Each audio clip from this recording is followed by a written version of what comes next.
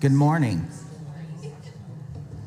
The December 19th, 2023 meeting of the Charter Authorizing Panel is called to order. We're getting a little bit of feedback.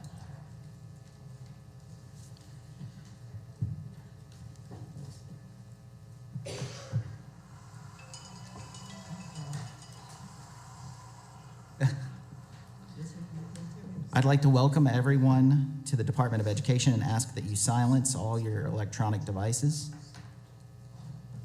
And I guess I need to silence mine.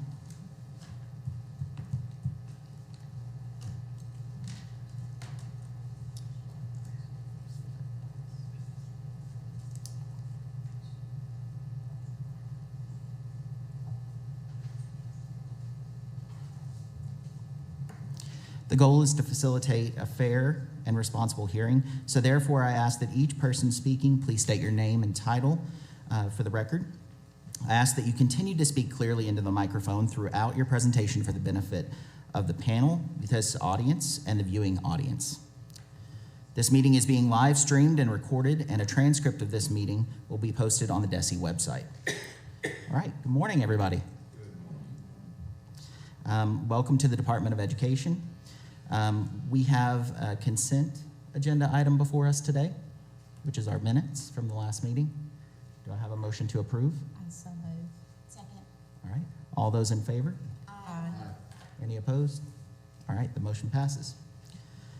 Okay, Ms. Summons.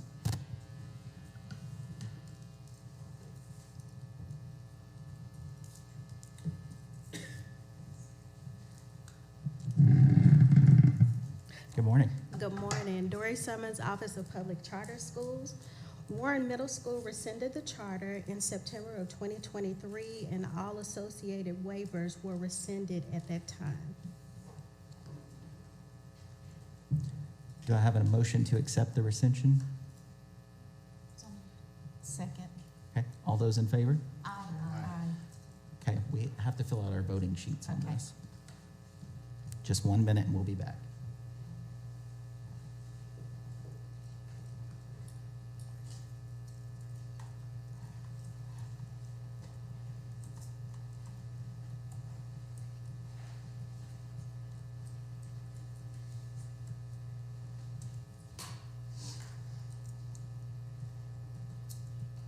Is this a four? Yes, right.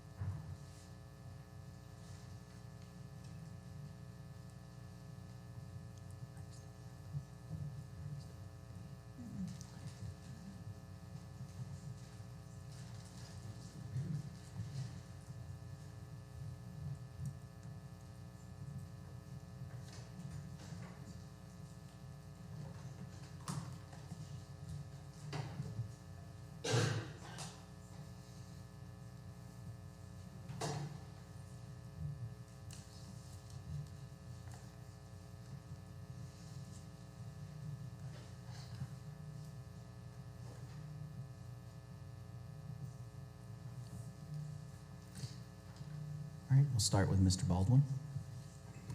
Yes, I voted in favor of the motion to rescind the Warren Middle School charter. Dr. Wright McMurray. Voted for. I support Warren Middle School's request to rescind their waiver designation and all associated waivers. Ms. Saraceni. Support motion to rescind waivers associated with charter. Okay. Dr. Moore. For, I support Warren Middle School's request to rescind their charter designation and all associated waivers. Ms. Newton. And I also voted for their request to rescind their charter. Okay. And Mr. Davis.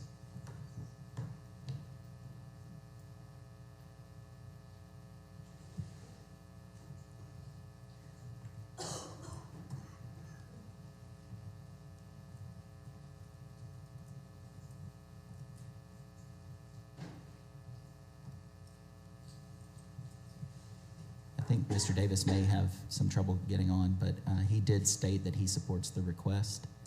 I'm not sure if he can get off mute or not. I can't see the Zoom, but we will move on to our next agenda item. And Ms. Summons? The next item is the proposed calendar dates for the charter panel meetings for the year of 2024. This was based off of the calendar that was submitted, that State Board approved for State Board meetings. So that calendar, our calendar is based off of what they have approved. So this would be the Tuesday after. The Tuesday after State Board. I make a motion to approve the panel meeting dates. Okay, I have a motion. Do I have a second? Second from Mr. Baldwin. Okay. All those in favor? Aye. Any opposed? Okay, motion passes. All right, so Mr. Reynolds, would you like to come forward for the proceedings?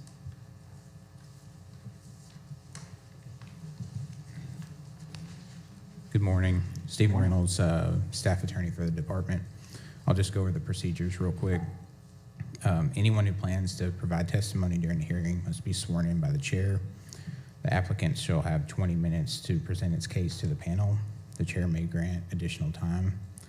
Parties speaking in opposition to the applicant, if any, shall have 20 minutes to present their case to the panel.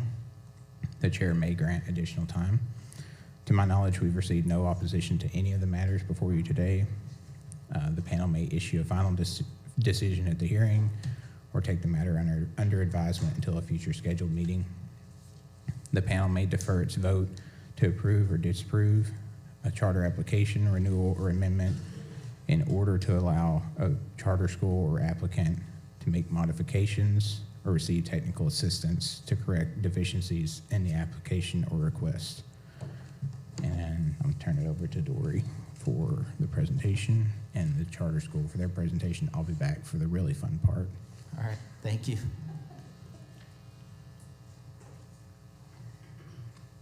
Okay, Mountainburg Public School District has submitted an application to convert Mountainburg High School.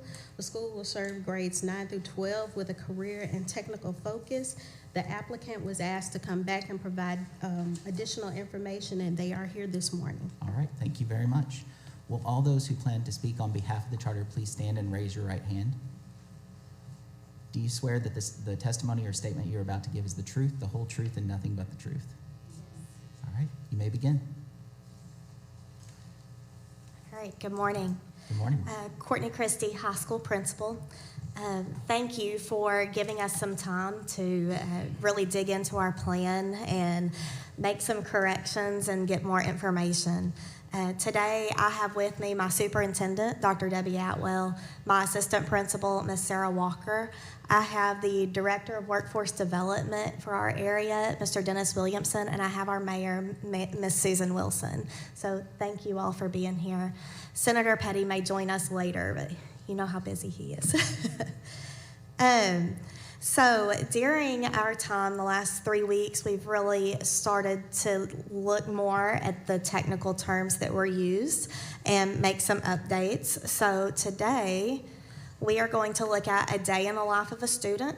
We're going to look at curriculum for courses That was a lot of the question. We were talking about a level 2, calling it a career practicum, which was already used in the work-based learning manual, and so we have changed some of that language. We are going to look more in depth at the work-based learning and how that would be managed.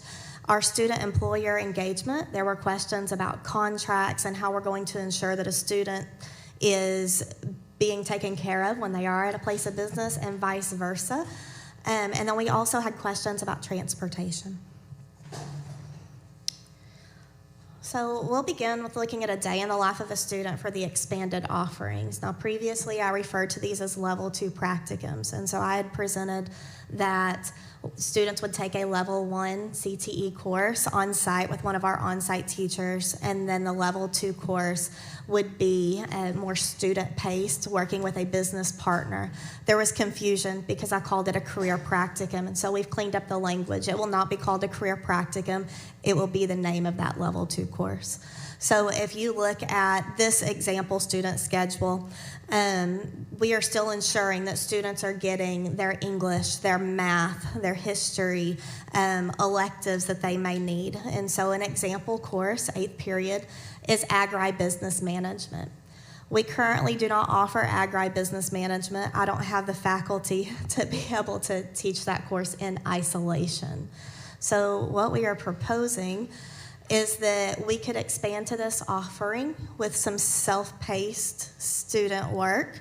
Virtual Arkansas, we already partner with them for our concurrent courses, but they also offer CTE courses. Some of those, they just have the curriculum that teachers can use to meet student needs.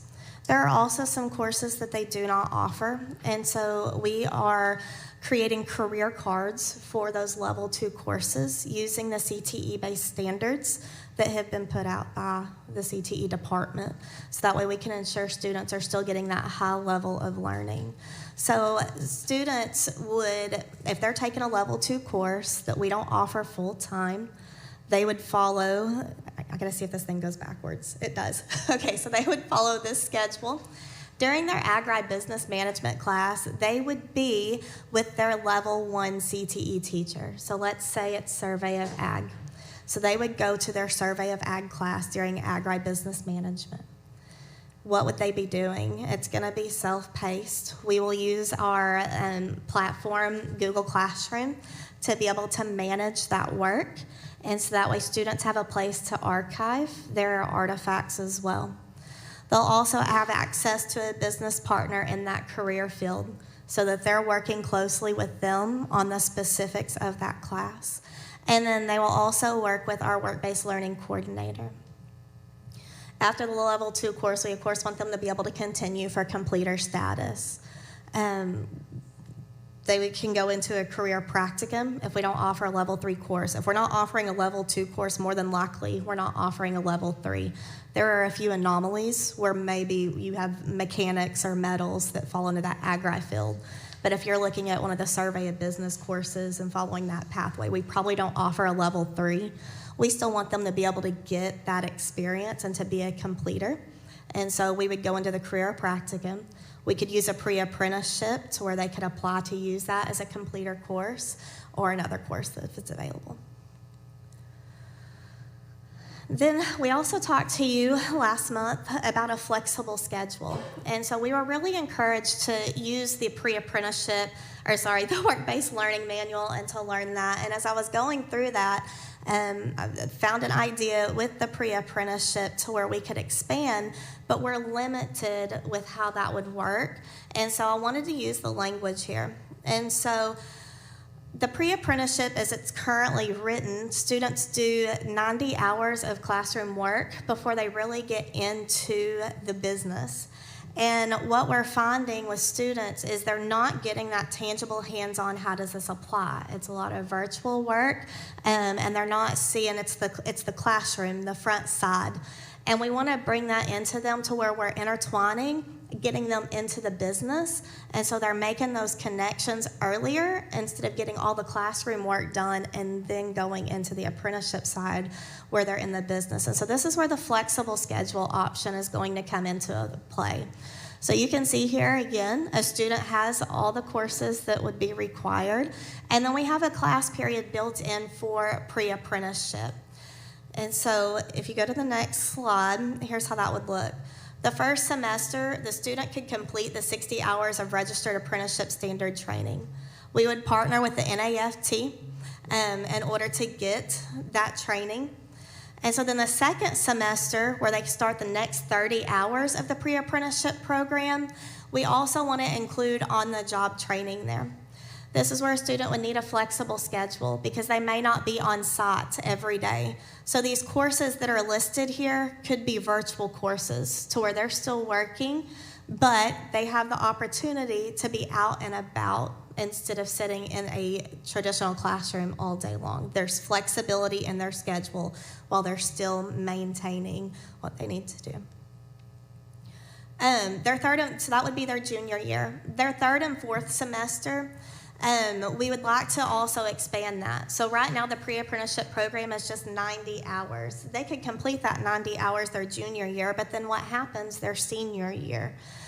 Do they just go back to doing nothing? And so no, we are working with workforce development to keep moving them forward in that apprenticeship program to meet the hours.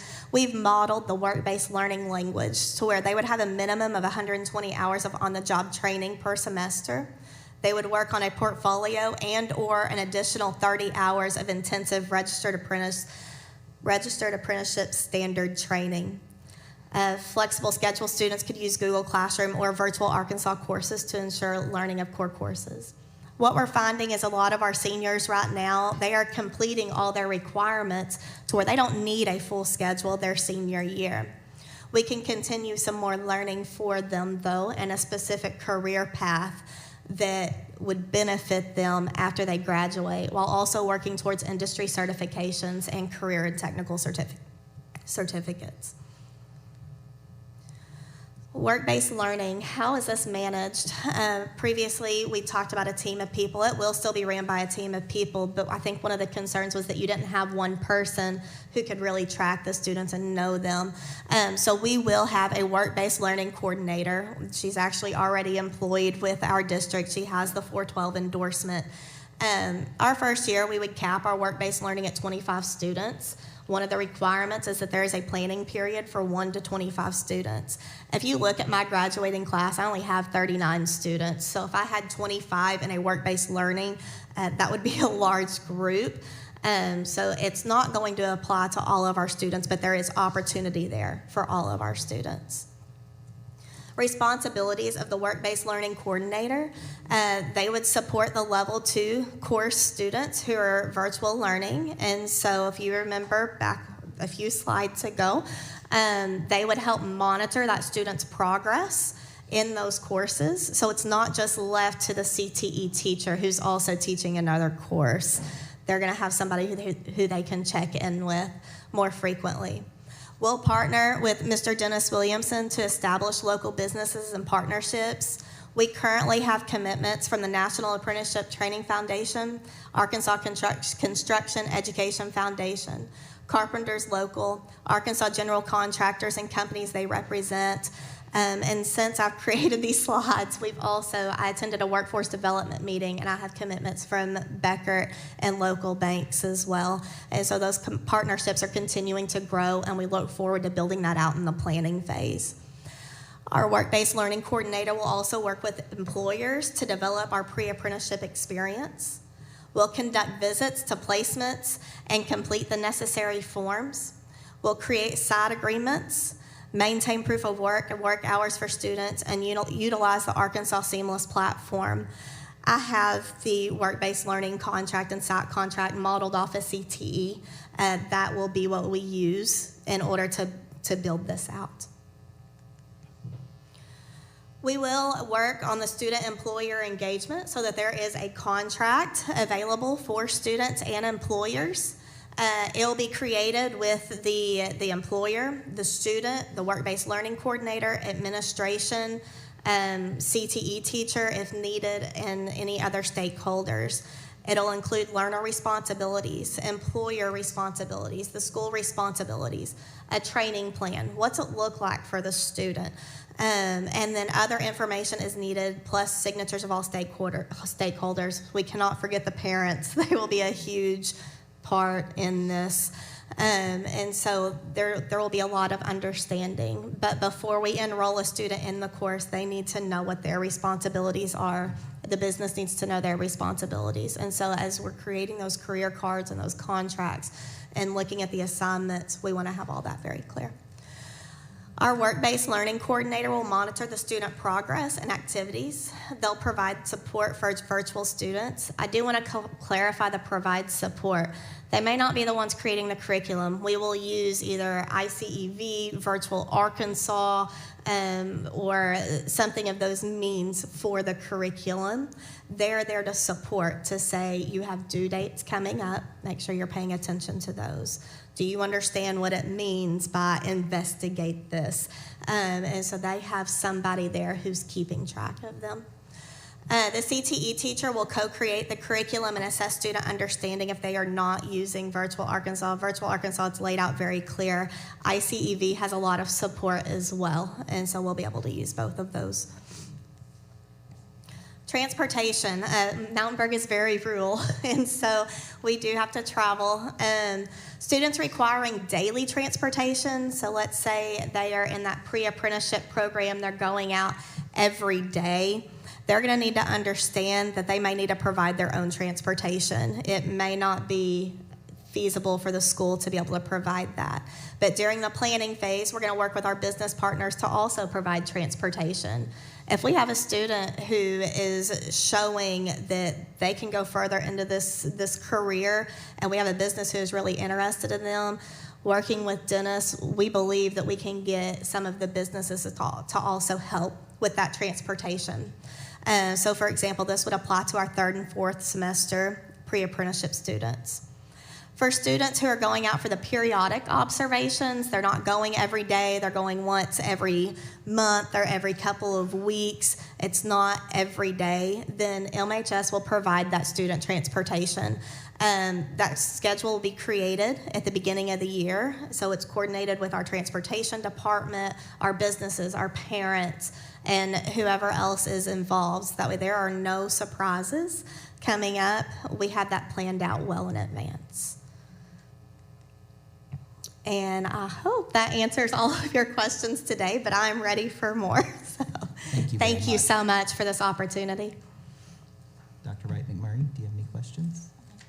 Not really questions, but comments. Okay. So I greatly appreciate you guys taking the time to go back and put in this amount of work. I know that you have worked closely with your CTE coordinator, Ms. Turner, and so hopefully you found this process to be helpful to kind of flesh out some more details. But I'm highly impressed with what you guys have come back with, and thankful that you dug into the work-based learning manuals and kind of changed some terms around. So I think you'll find that to be helpful to you, especially using the seamless system, because that data will also be helpful for you to be able to track your students and their outcomes. And so if we're using the correct terms and similar terms, you won't have issues going forward. So thank you to you and your team, and I'm glad to see that you brought Mr. Williamson with you. I know he's going to be a great partner with you in your area. Thank you so much. I appreciate it. Ms. Saraceni? I don't really have anything but a comment. Thank you for coming today. It really gave us a glimpse into what a day in the life of a student at Mountainburg really is.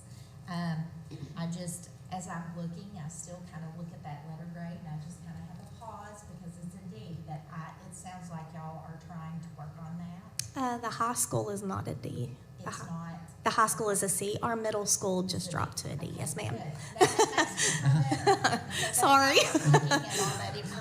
Maybe you know something I don't.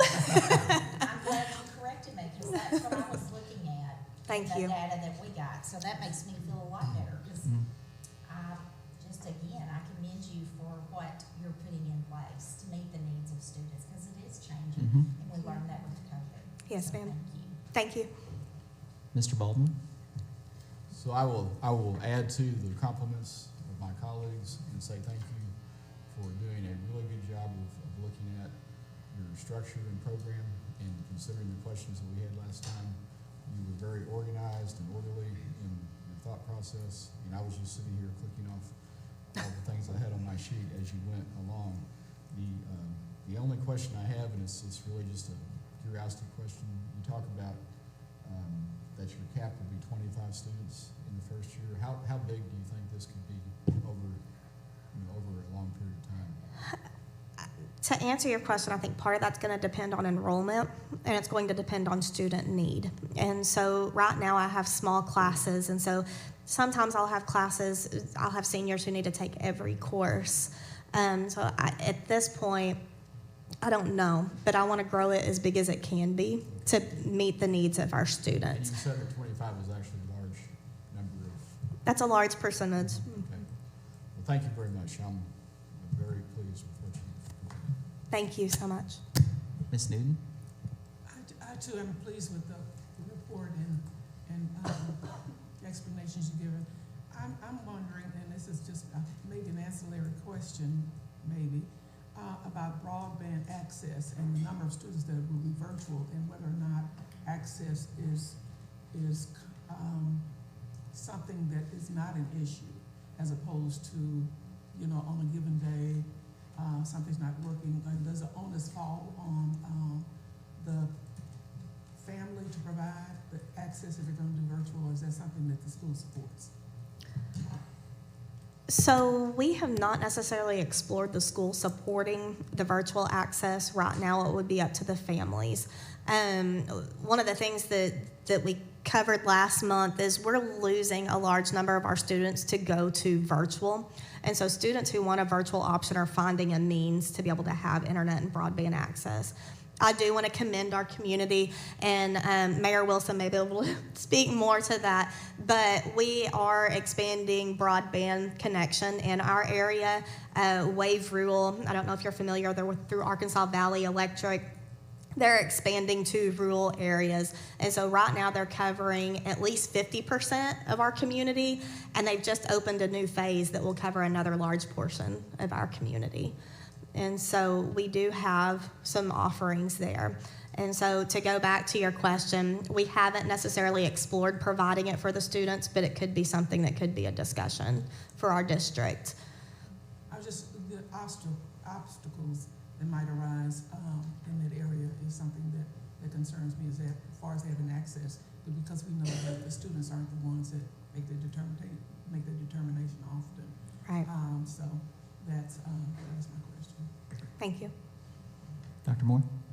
I really don't have anything to add beyond the comments that have already been made. Thank you so much for taking the time. I know that it was frustrating not to get an approval the last time you were here, but I hope that you found that it was the work that you would have been doing, even if you had got approved last time. Absolutely. And it's all the things you would have been doing, and it just gives us a little more peace of mind in seeing that it's going the right direction. So thank you so much. It was very clear, and we could see what that day in the life of a student looked like.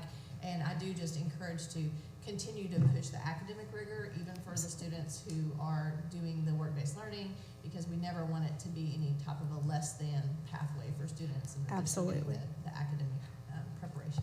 Yes, So thank you so much. Thank you. I appreciate it. Yes, I was very impressed with your presentation and seeing how you went through the process. So thank you so much for doing that and then coming back. Thank you for the opportunity. Is there any other discussion? If not, let's let Stephen go. I forgot about your part. The fun part. The fun part. All right, just to go back over the legal review from last time, I'm just going to go into order. And I think we can go with just the topics Yeah. on this. Yeah. Yep, so waiver topic number 1 is the salaries and compensation. We didn't have any legal concerns with that. Waiver topic number 2 is teacher licensure. We didn't have any legal concerns with that. Just keep in mind that only Section 7 of the DESE rules governing educator licensure can be waived. Waiver topic number 3 is professional development. We didn't have any legal concerns with that. Waiver topic number 4 is instructional day. No legal concerns with that. Waiver topic number 5 and 6 are personnel policies. Had no legal concerns with that. And then I spoke with the school district. They alerted me that we were supposed to add a waiver last time. I don't remember if we did that or not, so I'm going to go ahead and do that now. It's a class size and teaching load waiver, which would include Arkansas Code annotated 617.812, standard for accreditation 1A5 and 1A6, and the rules governing class size and teaching load. And I just want to get the charter to confirm that on the record, that they're requesting that additional waiver. Okay. And then I'm done. All right, thank you very much.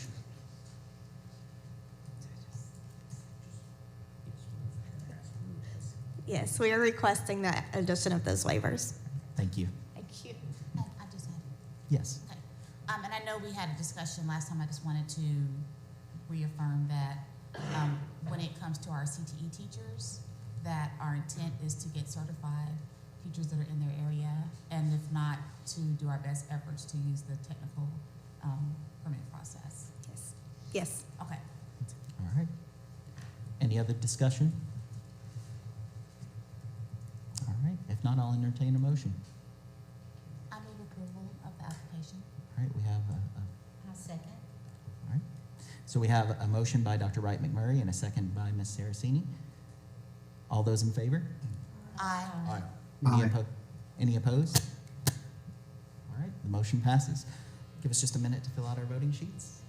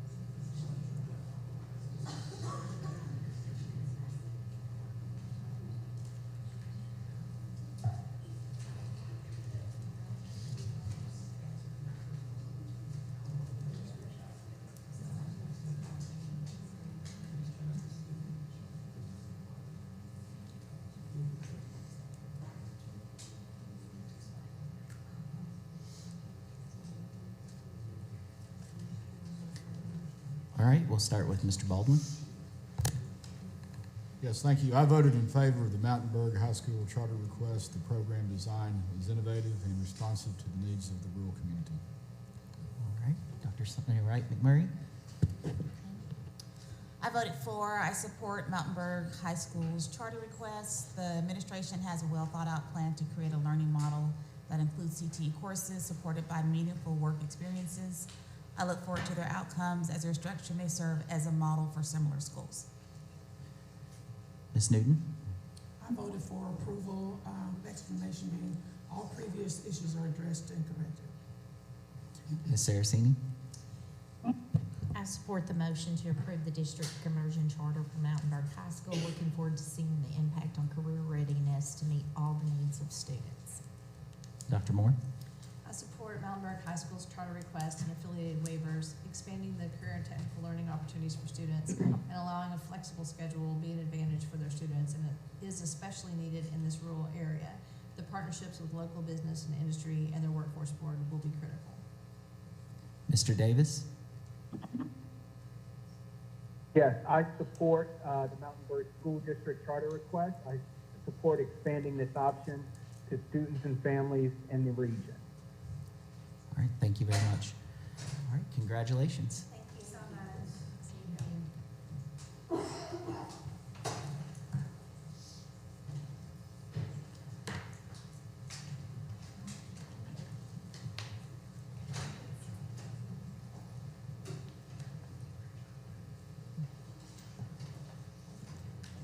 Ms. Summons?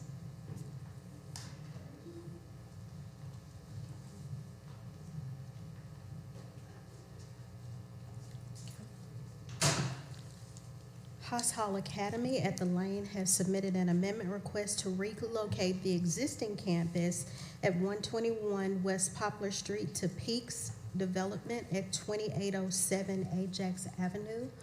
We have Dr. Schottmeyer on the Zoom. Okay. Can we get the Zoom on the main screen? There we go. All right. Dr. Schottmeyer, if you'll stand and raise your right hand. Do you swear that the testimony you're about to give is the truth, the whole truth, and nothing but the truth? Yes. Is there anyone else who's going to be speaking on behalf of the charter? Okay. All right. You may begin. I don't have a presentation today, but I do have some recent accolades that I think I'd like to share with the committee, if that's all right. Hostel Academy has been rewarded a reward school for the 9th consecutive year, top 5% in performance and top 5% in growth. We're a success school. All 4 of our campuses received a letter graded A on the report card. For 12 consecutive years, Hostel Academy has been recognized by U.S. News and World Report as the #1 public high school in the state. Due to our challenging academic curriculum, Hostel Academy is recognized as one of the most challenging schools in the nation for 12 consecutive years. Hostel Academy is ranked the #1 school district in the state of Arkansas. Our Bentonville, Fayetteville, Rogers, and Springdale campuses received accolades from AP as a 2023 Honor Roll Platinum, the only schools in the state of Arkansas to receive this distinction. That's all I have. Thank you very I'm open much. for questions. So do we have any questions? Dr. Moore, do you have any questions? I do not. Okay. Ms. Newton? Mr. Baldwin? Okay. Ms. Saraceni? Dr. Wright McMurray? No questions. Okay. Any discussion?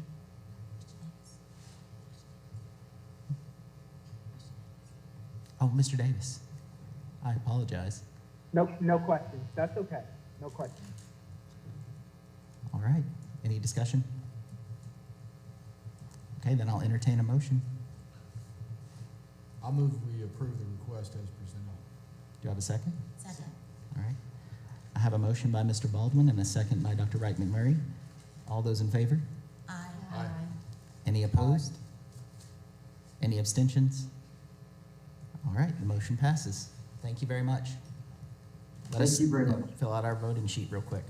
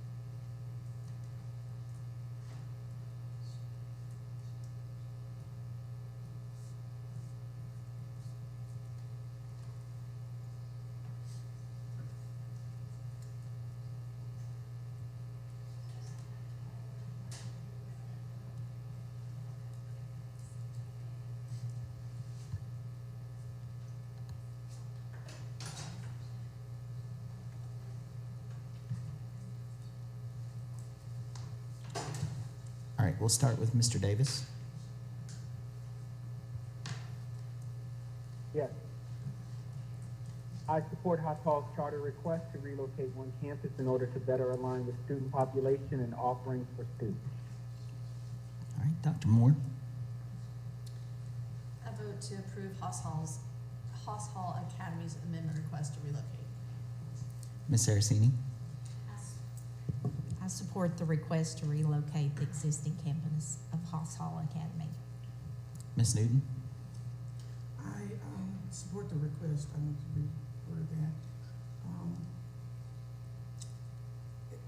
Based on the fact that they have justified the relocation and the questions surrounding it. Dr. Wright McMurray.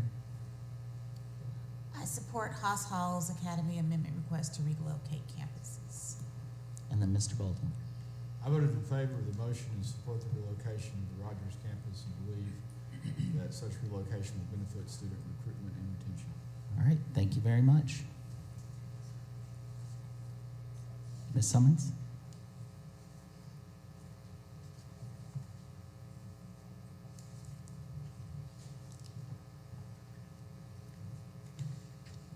Okay. Academies of West Memphis District Conversion Renewal Application. The district is requesting a renewal for 5 years. The campus serves grades 10 through 12. The current enrollment cap is 1,300 students. The charter will follow the traditional education model, and we do have representatives from West Memphis here this morning. All right, thank you. Will all those who plan on speaking on behalf of the charter please stand? Raise your right hand.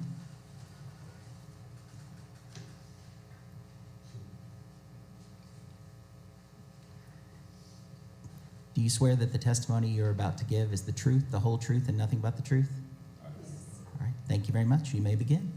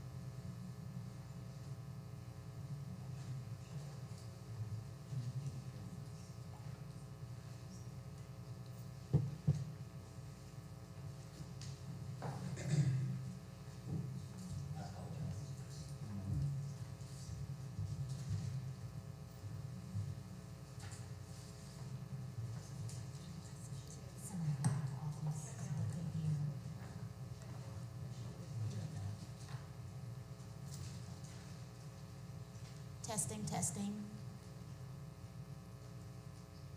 Sorry, we're having some technical difficulties.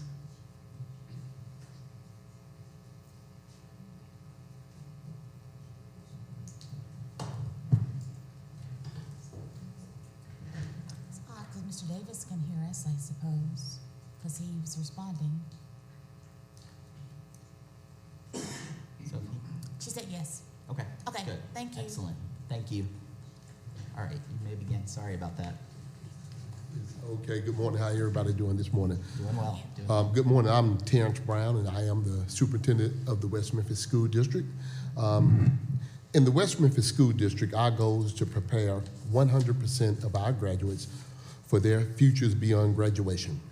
We are making strides toward academic and economic enrichment for our students and community. We are providing our children with advantages in an environment where socioeconomic disadvantages often prevail. We're giving them a chance to succeed beyond just a high school diploma. The West Memphis School District has experienced change since the last time we stood before this panel.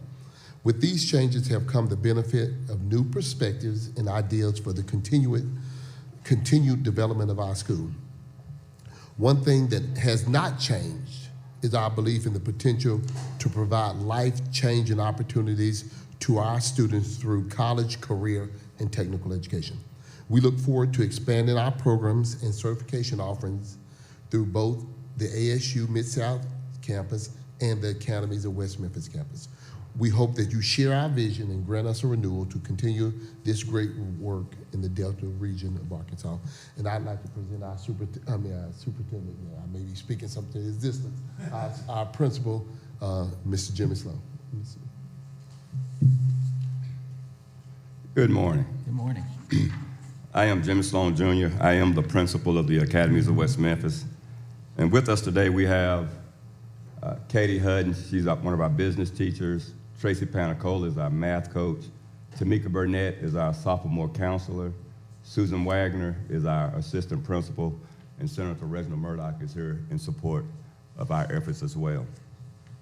I would like to say also thank you to the panel for this opportunity to make the case to have our charter status extended for the next 5 years at the Academies of West Memphis. This is the mission statement for the Academies of West Memphis. Everything we have done, are doing, and will do as we move forward has its point of origin in this mission statement. We aim to prepare our students to be successful anywhere in the world with the hope that many will keep their skills and talents in West Memphis as we build a brighter future together. We are a public school, and our job is to prepare every student that comes into our doors. This map shows the percentage of students below the age of 18 living in poverty in the state of Arkansas. West Memphis is in the heart of the highest percentage of students living in poverty in the entire state. Some of our students come to us in the midst of generational poverty. This level of poverty creates disadvantages for our students, including high mobility, homelessness, and low engagement. Because of this poverty, a large percentage of our high school students work to help support themselves and their family, which create a false sense of economic stability, causing them to devalue continuing their education. Some of our students come to us attempting to be the first in their family to ever graduate high school. Yet others come trying to be the first in their families to ever graduate from college. Some of our students, as well as their parents, often come to us with very low expectations for their own futures. A little over a week ago, sophomore counselor Tamika Burnett and myself were having a counseling session with a student. And when I got to the part of that session where I so often asked, what did you plan to be doing at the age of 30? The young man's response was at the age of 15 that he had no expectation to live to see the age of 30. For years, the plan to address these issues has been to get everyone college educated. High school was set up with the idea in mind of getting everyone off to college. Educators believed that this was the route out of poverty for all those who were enduring poverty. But the data points out that only 24% of the population of the state of Arkansas has a bachelor's degree or higher. That same data shows that only 14% of the population of West Memphis has a bachelor's degree or higher. That leaves 86% of the population of West Memphis needing another pathway out of poverty. We are of the mindset that 100% of our students should leave the high school with a pathway that leads them out of poverty and into being a productive member of society, whether they plan to attain a 2 or 4 year college degree, attend a technical college, attain CTE certification, or enter the workforce directly out of high school. So we have provided dual tracks for our students to travel. Some choose to travel the college route, and some choose to travel the technical route, and we do have those who choose to travel both. The results of this dual track mindset and system has increased our graduation rate to be competitive with some of the best in the state.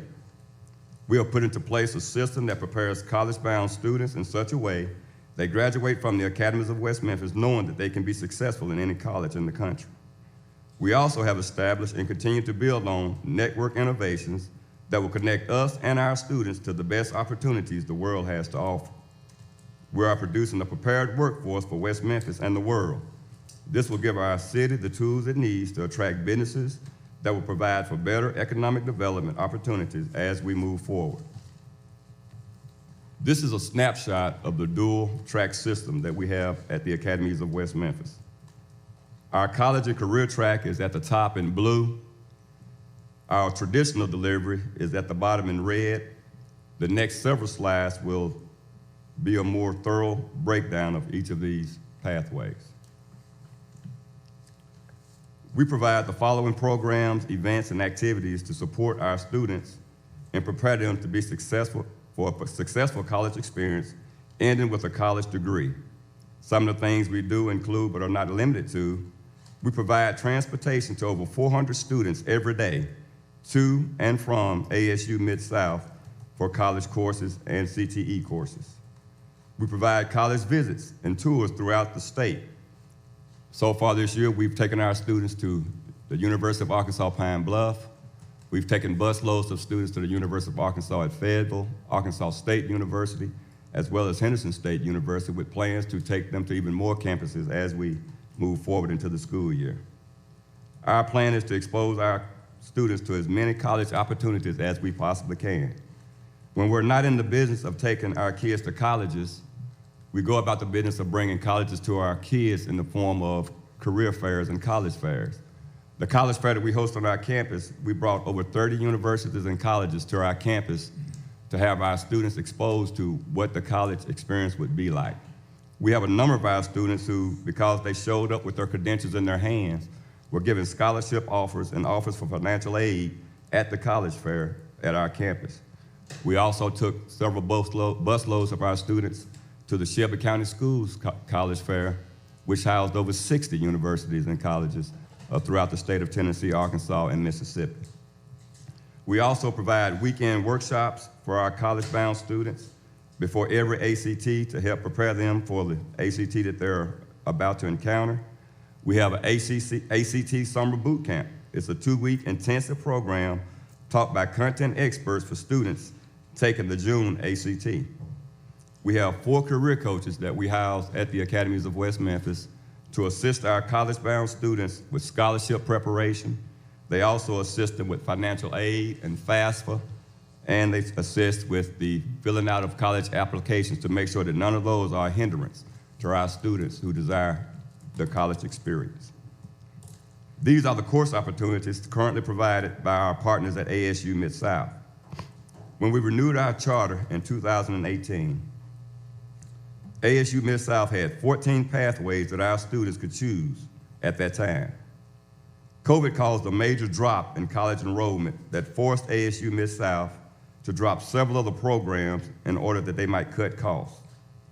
We are in the planning stages of building our own CTE facility so that we can house our programs on our campus and provide some of those pathways that were lost at ASU Mid-South, as well as create new ones to make available to our students.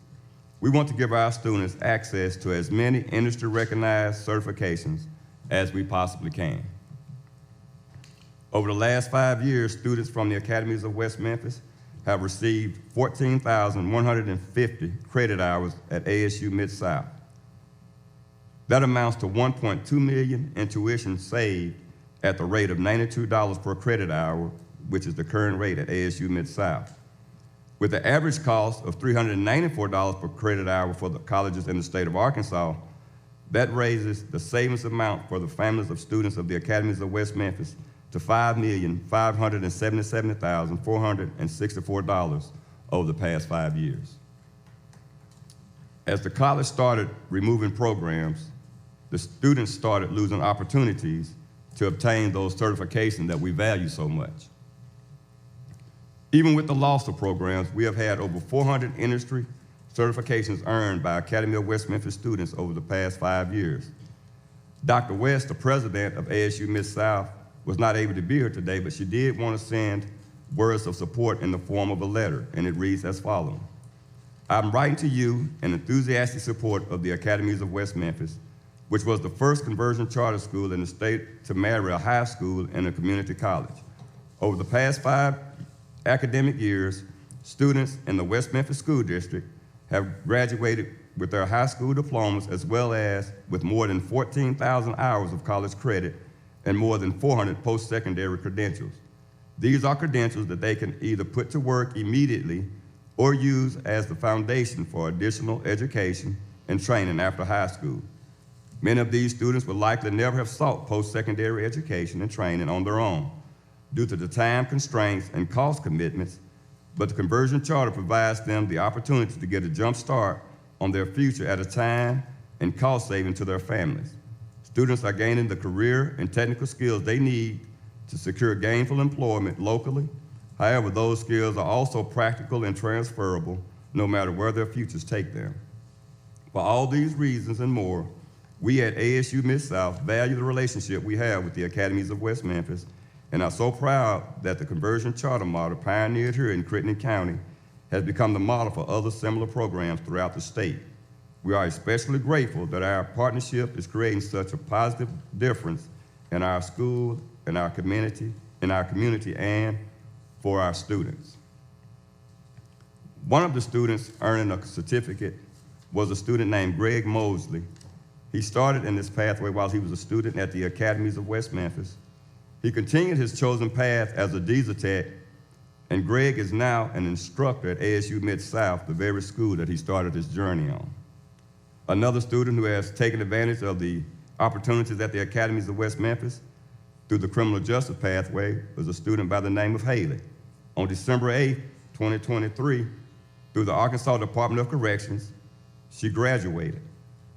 And she wrote a letter to Mr. Brown, our criminal justice instructor, saying, "With the assistance of Mr. Brown, I've gained valuable and unforgettable skills and knowledge that has guided me through my journey."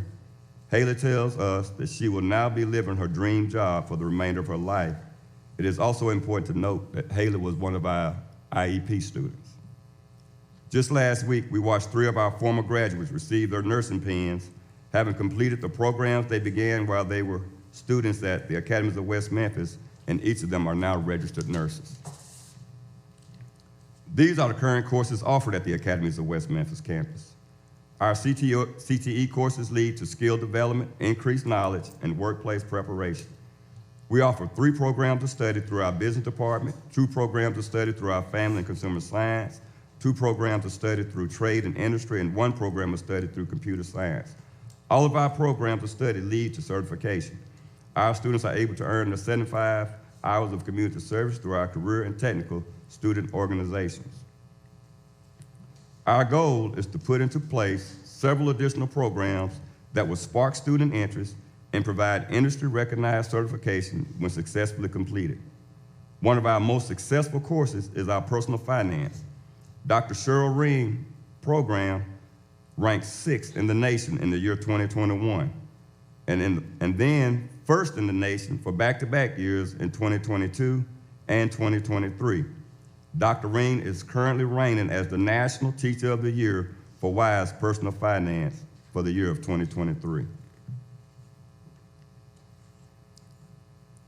As we expand our CTE programs at the AWM campus, we will be able to offer these pathways that were once offered at ASU Mid-South without the restraint of ACT requirement or minimum GPAs.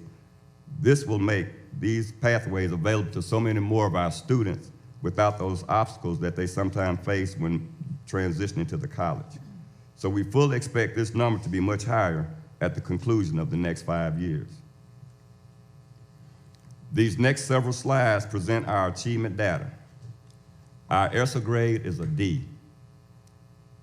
We were only a couple of points away from a C, but we do not run from nor deny our letter grade. But we also do not let our letter grade dictate what we can do as a campus. Moving our school up from this D is at the forefront of everything we do at the Academies of West Memphis. We know that we have to get every stakeholder on board with a solid plan and a willingness to work if we're going to improve our letter grade. Our parents have to know and believe in the plan that we devise. Our students have to know the plan and believe in it. Our staff, our school board, and superintendent have to know and believe in the plan that we devise to move our students forward. We all have to be willing to do our part to execute the plan. Our community will play a vital role in moving our campus forward. To this end, we have recently held 5 community events to share our vision for our school with our community, as well as to gain feedback from our community. Our graduation rate is strong, but it can be stronger. It will be stronger. Not because more students walk across the stage, but because of what they walk across the stage with. They will walk across the stage in 4 years with a plan. They will have the knowledge and skills needed to fulfill that plan. They will have the confidence they can now finish their journey to a better life that is above the poverty index. We take our students where they are when they come to us, and we start building a plan for success for each student that comes into our building. We are a 10, 11, 12 building. When our students come to us from 9th grade, we take their test data. This current group, it was their ACT Aspire, and we take their NWEA scores from junior high, and we start developing individualized education plans for each student that enters our building. We place the students reading below a 6th grade level into a critical reading course so that they can work on foundational reading skills to improve their reading level, because we realize that is essential to performance at the high school level. We place those who score less than ready on the ACT Aspire in math, science, or reading in ready math, ready science, and ready English courses to drill down in the areas of their specific deficits. We provide tutoring for our students 7 days a week. We also provide transportation for our students to each and every tutoring session. During tutoring, students are able to work directly with content area teachers in specific areas of weakness. We are indeed excited about the Atlas assessment because we feel we have a standard-based target that we can prepare our students to hit.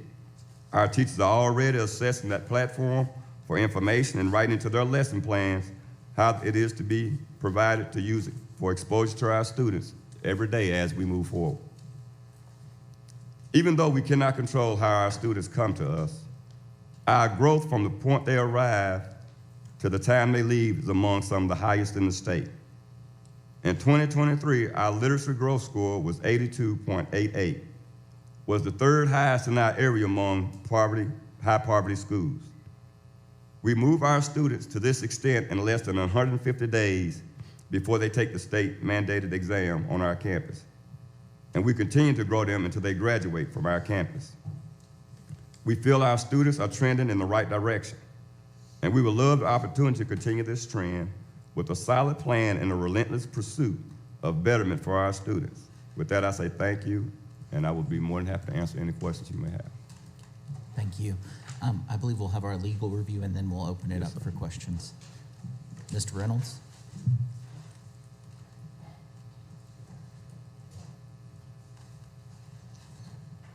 Stephen Reynolds, staff attorney for the department. I'll just go in order for the legal review. So waiver topic number 1 is the attendance. The charter seeking to waive Arkansas Code annotated 618-213F2. I have no legal concerns about that. I did have one note. This waiver would allow the charter to collect ADM funding for students that they aren't providing services for.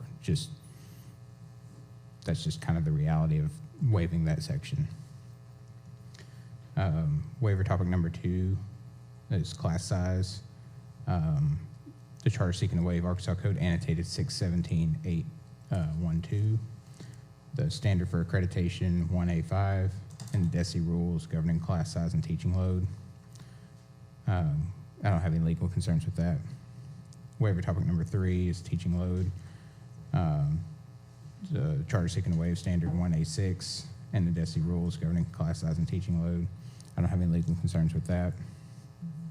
Waiver topic number 4 is clock hours. The charter seeking to waive standard for accreditation 1A2. I don't have any legal concerns with that. Waiver topic number 5 is the flexible schedule. It's charter seeking to waive Arkansas Code annotated 616.102 except A5. I don't have any legal concerns with that. Waiver topic number 6 is the instructional day. The charter seeking to waive standard for accreditation 1A42. I don't have any legal concerns with that. Waiver topic number 7 is the teacher licensure. Charter seeking to waive Arkansas Code annotated section 615.1004, section 617.309, section 617.401, section 617.418, section 617.902, section 617.908, Section 617.919, standard for accreditation 4D1, and Section 7s of the rules governing educator licensure. I don't have any legal concerns with that. The charter, those are the waivers that the charter is seeking to continue. And the charter is requesting to rescind the following waivers. I'll just go by waiver topic. So waiver topic number 1 is attendance. I don't have any legal concerns with that. This rule was repealed. Waiver topic number 2 is curriculum. I guess I have to go through the actual standards. It's standard for accreditation 1A131 and 1A137. I don't have any legal concerns with that.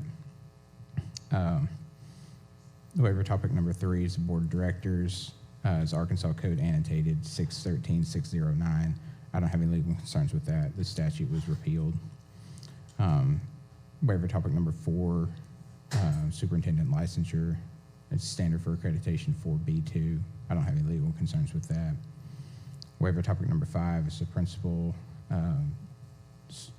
Arkansas Code annotated 617-302, standard 4C1 and standard 4C2. I don't have any legal concerns with that. Waiver topic number 6 is school counselor. Charter seeking to rescind standard for accreditation 4E1 and 4E2. I don't have any legal concerns with that. Waiver topic number 7 is library media program. Is Arkansas Code annotated 625-103. I don't have any legal concerns with that. Waiver topic number 8 is the library media specialist.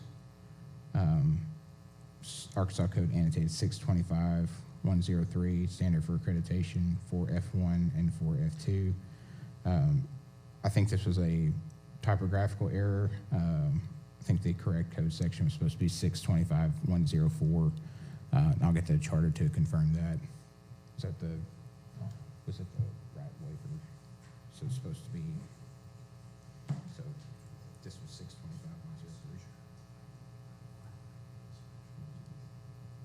So it's supposed to be, Good morning, Dr. Sutherland, members of the panel. Trip Walter, Staff Attorney, APSRC, on behalf of the applicant, I would ask that under waiver topic 8 to be rescinded, the statutory reference from 625-103 be changed to 625-104. Thank you. I don't have any legal concerns with that. Waiver topic number 9 is the comprehensive school counseling plan. The charter seeking to rescind standard for accreditation 2C1 and 2C2. I don't have any legal concerns with that. And waiver topic number 10 is the monitoring procedures to ensure curriculum alignment. Charter seeking to waive standard 1A3. I don't have any legal concerns with that. All right. And with that, I'm done. All right. Thank you. Yes. Dr. Wright Murray? Okay, I do have a couple of questions about a few of the waivers, so I don't know if Stephen needs to go or come back. And they're just more for clarification points. First, I would like to say thank you to the charter for rescinding those waivers that you feel like you no longer need. So that means you dug in, did some work, and realized what you can do and can't do, so I do appreciate that. I just needed a little bit of clarification. The first waiver you mentioned on attendance, you made a comment that they could receive funding for students that they're not serving. Can you please provide a little bit more detail on how that would happen, or? Right, so that statute, that section is for the requirement for a school district to drop a student after 10 days of consecutive absences. And so theoretically, waiving that section would allow the district or the student to remain enrolled in the district even though they're not attending the school. And so as long as the student's still enrolled, this district is still getting foundation funding for them even though they're not actually at the school. Is that typical? Okay, Yes. yeah, thanks. That's not a waiver that we use very much at all, but dealing with the high mobility of our students, What we typically do is at 3, 5, and 9 days, we reach out to the family of any student that we cannot contact or has missed those many consecutive days. And what we so often find is that that student has been relocated. Sometimes it's with a friend or relative, or we found students in other states. But after the 9th day, we turn it over to our district-wide truancy board, and they make an effort to reach those students before we actually drop them. But once we turn them over to the district level, we only have 1 day left before they would drop from the roll. And once a student drops, you know, the chance of them graduating in 4 years pretty much diminishes completely, and the chance of them graduating in 5 years greatly diminishes. And we realized that if we could just get 2 to 3 more days for our district board to reach out and find these students, and it gives us a chance, if it's something that we can assist the student with that's keeping the kid from coming to school, we would like to correct that and get them back in school rather than drop them, because once they know they've lost basically a semester, their whole mindset changes as it pertains to education. Do you have other questions on that one? Because I have a question related to that. I'll let you ask your questions if I have Okay. a question. So I guess my question would be, in terms of the deadlines for when that happens, you said 3, 6, and 9, what would happen if you back that timeline up for turning it over to the district? That is a possibility. We could turn it over sooner. And that's just what we have been doing up until this year. We've always, at the 9th day, we do the home visit with either our truancy officer or admin. And if we can't find that kid by the 9th day, we turn it over to the district level. But that is something that we could consider. And I say that only because I can see, not to say that it would happen, but there could be some mistakes made in terms of, you know, dropping the student if that's not in place with, Correct. you know, with the waiver. Dr. Wright McMurray? So that was my next question, is potentially if we could do something different with the timeline Mm-hmm.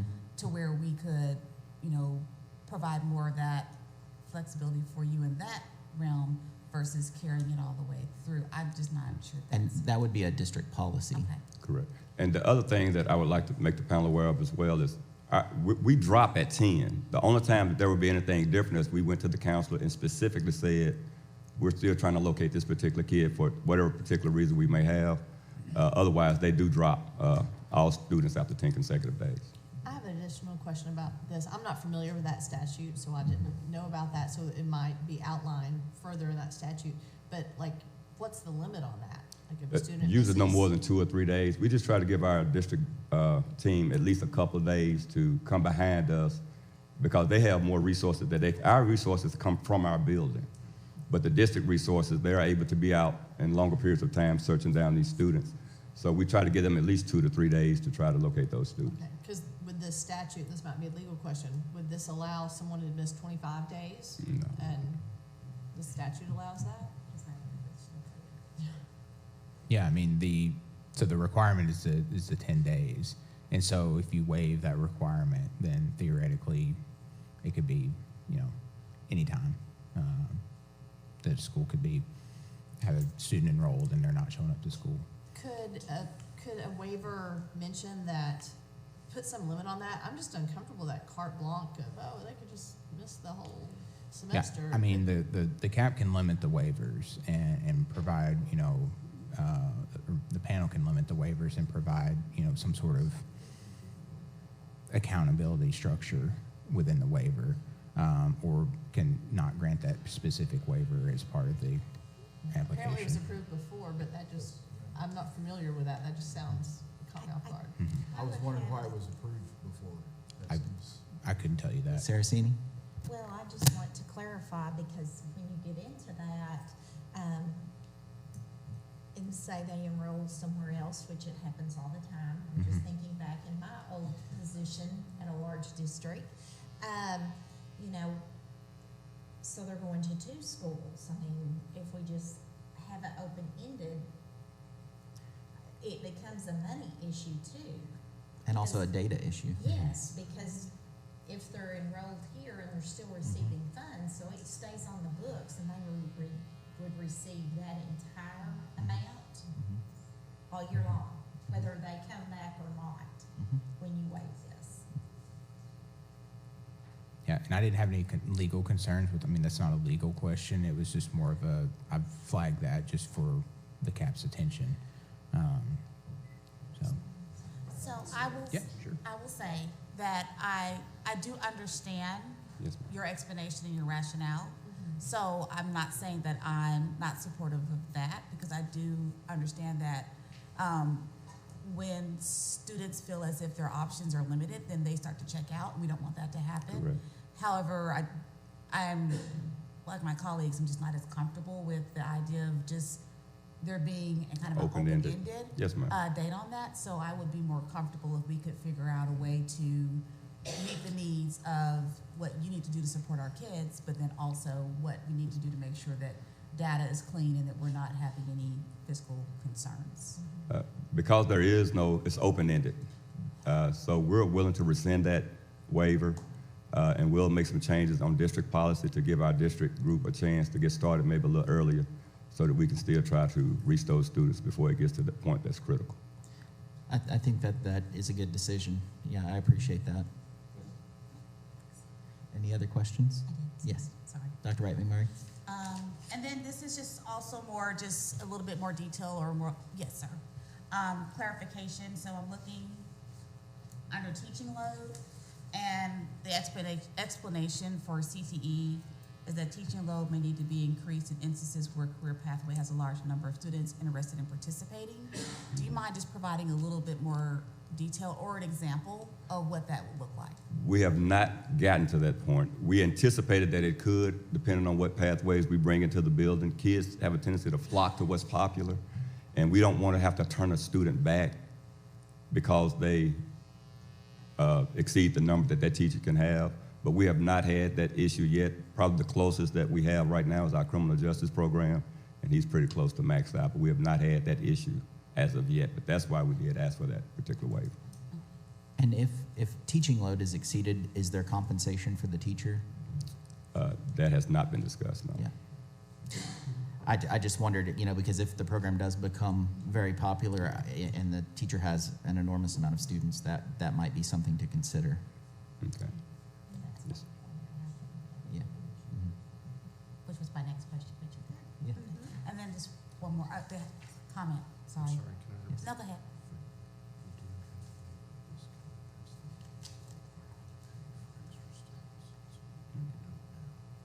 Okay. So we do have the waiver would require us to pay for extra students, and so that was an error on my part. So that teacher would be compensated for those extra students. Thank you. And then my last waiver question. Again, it's a relationship to CTE and the clock hours, and it looks like you're speaking of internship, Yes. and where students may not make their hours. Yeah, on campus. Okay. Some of our students will do half of their day at the campus. Typically, by the time they're senior, it's their English and math that they're pursuing, and then we would give them that credit for that afternoon, working with whatever partner we have partnered them up with as it pertains to which particular pathway they may be tracked. So it's more so they may not make their hours on campus. Correct. But they're making their hours, it just may not be on the On campus, yes, ma'am. But they will be making their full hours to get the internship credit, which is the 120 hours. Through, right, either directly through an internship or an employment that's a result through their internship. Which is aligned to the course. Correct. Okay. Ms. Saraceni, do you have any questions? Mr. Baldwin? I appreciated your report, and especially the comparisons to the other school districts in the area, and the growth percentage was I thought very good. But I do want to talk about the letter grade. Yes, sir. Have you been a D-rated program since the beginning? We were at one point a C, Let's see. and then we fell right after that to a D, and then we did COVID, and we're now in the process of trying to rebound. Okay, and you said you were real close to a C. We were a C. You were a C? We were a C, and then we fell to a D, Yes. and then COVID, and now we're in the process of trying to get back to that C and beyond that we once were. Yes, and you had said that you were closing the gap to the C. Yes, sir. I was wondering how far are you right now from the C? We were 2 points with the last ACT Aspire data that we received. Okay. What levers do you need to pull in your perspective to close that gap, and how long do you see that taking? Well, every group of ninth graders we get is different. So what's this particular group's strong suit may be the next group's weakness. So our ELA in math has to improve. It carries a great deal of weight for our score.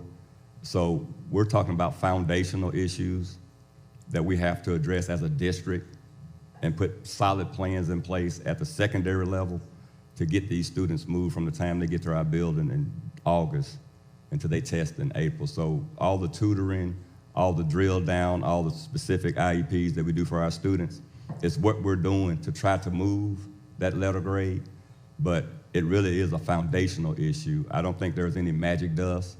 It's gonna take us rolling up our sleeves, getting these kids exposed to high-level instruction, engaged in their own educational process, and I think that's what's gonna move us to the next letter grade. Well, I encourage you to make that effort. I think you don't ever want to get content. We are not content with being a D. Thank you. Ms. Newton. Just a segue or comment to Mr. Baldwin's question and comment. I want to congratulate you on the resources and the supports that you have put in place for your student. I think that those things are critical to their success, and critical to moving forward. But more often than not, some resources are not available to help shore up students and their families and what they need. So I want to say, I think that is a critical piece in the puzzle for the academy, and I want to congratulate you and your staff on having that available. Thank you. Dr. Moore. Hi. So I want to applaud you on your growth. In the past, I've worked some with West Memphis School District in mathematics, and I know what a challenge it is at the high school level, because I really appreciate when you said we take students how they come to us. And I remember those days. I remember working with Ms. Wagner and how challenging it is when a student is coming to you at the level that they're at, and you're trying to get them up in geometry and algebra 2. And I know the challenges that you face there, and I appreciate the growth, because that's what you're really looking for when a student's coming to you at that level. You're looking to get that growth, so that is great. I do have questions about, I appreciate the opportunity for students to have concurrent enrollment and earn certificates and certifications both, but why have those gone down so much? The numbers have dropped drastically. I know you did mention that Mid-South closed some programs, but even the programs that they still have, it looked like a lot of those numbers were down. Well, one of the obvious reasons that they went from 14 programs to 6 that they now offer, and we're in the process now of trying to get some of those where we can house them on our campus so that our students can gain access to those programs. That will cause our numbers to go up. And programs about popularity. You got to offer what kids want. We don't force our kids to go out to the college and say, you're going to have to go take this, because and some of the programs that they got rid of were some of the more popular programs. So the kids are not as into, we do great with our Med Pro and our Diesel, but those are by far the 2 most popular programs that they have at the college right now. So we got to get some high interest programs that end with industry recognized certifications on our campus, so that all of our kids will have an opportunity to find a pathway that they choose, not one that we force them into. And so, like, concurrent numbers, I believe, were down as well. Is there anything that points to why concurrent credits were down? Can't put my finger on a specific as to why our concurrent numbers dropped, other than when we did go through the COVID ordeal, we ended up going virtual, and a lot of students went home. And we're still working on getting students used to being back out of the home and into the classroom, and that pertains to the college as well. Thank you. Mr. Davis. Yes, first of all, thank you for what I consider to be a very thorough and very good presentation. I do want to talk about just a couple of things and then a couple of questions. The first thing is, I want to say, way to go in regards to your growth score. I'm somebody who's always interested in the growth score, and you all are you're doing well when it comes to that, and taking students, as you've mentioned, who've come to you and moving them forward. The other thing, in doing just a little bit of my work on the background side, is the college credit rate. You all are doing, I think, exceedingly well when you look at the number of students who are receiving college credit, and that's across demographics. right? Even your low-income students are receiving above state average college credit and all other demographics as well. So I first want to say, way to go in regards to that. Where there are concerns, I think my panel members have sort of asked those questions. One is around the letter grade, and we may want to just double check there. The letter grade that's reported in My School Info is actually about 4 points away from that next letter grade, right? Kind of right there in the middle is what they have you as. And so we may need to look at making sure that we are updating in a timely fashion so that the most relevant information is there. And then, of course, I'm going to call out, and I think you're right about how I appreciate how you're thinking about the education that you're providing to students, ensuring that they have the opportunity, if they're interested in accessing some type of post-secondary college education, those students are able to do so, but also placing an emphasis on students who are interested in going another path and ensuring that they have what they need. So I want to say congratulations on thinking about those things that way. Now, with that being said, I love the idea of the things you have offered in regard to your ACT prep, but you're still in a situation where those students are, behind, I think, what the capabilities are based upon the amazing programming that you're providing those students. And the one question I do have, and feel free to respond to anything that I've said. I know I'm just sort of putting a lot out there. But the one question I do have, I want to hear a little bit more about this facility and when you plan on the CTE work and happening on campus. I appreciate you being proactive and understanding that the partnership may not get you what you need. Therefore, there's some things that you would need to do on your own campus. Can you talk to me just a little bit more about where you are in that process? Yes, sir. Well, I will start that response, and I will let Dr. Brown, probably going to be in a better position to tell you the exact timeline. We've already started the process of looking at what some other facilities do. We went to Benton, we took a look at what they have there, which is absolutely amazing. And we really want to take bits and pieces from some of the best programs and centers in the state as it pertains to what we're going to try to build and provide for our students in West Memphis. So we're in the very early stages of getting that done. But even when the college was providing for our students at the best that it could, there were still restrictions that came with it because it was a college campus, and we had to respect the atmosphere that they were trying to protect with adults coming into their building who were, they were spending money, they were customers, so we understood the GPA requirement and some of the other things, but we want to provide a state-of-the-art facility on our campus that can offer everything that the college did without the restrictions. Now, what we're going to spend for that and when we're going to be able to build that, I will yield to Dr. Brown. Good morning again. Thank you for your question. We're at the tail end of like $100 million 5-year building plan. And so there has not been a building campus in the school district that has not been touched. And so as we complete this part of the building phase, we've come to recognize that we need to upgrade our CTE facilities on campus. That's a much older building. So we are in the planning stage this year to see if we want to replace the building or if we will be allowed to, the state will allow us to update it because the building was grandfathered in. It's an older building, was grandfathered in. And so we are in the preliminary planning stages. But we completed, and I'm kind of speaking in chunks. Once we finished our second junior high, our first junior high was completely finished this year and it is being opened.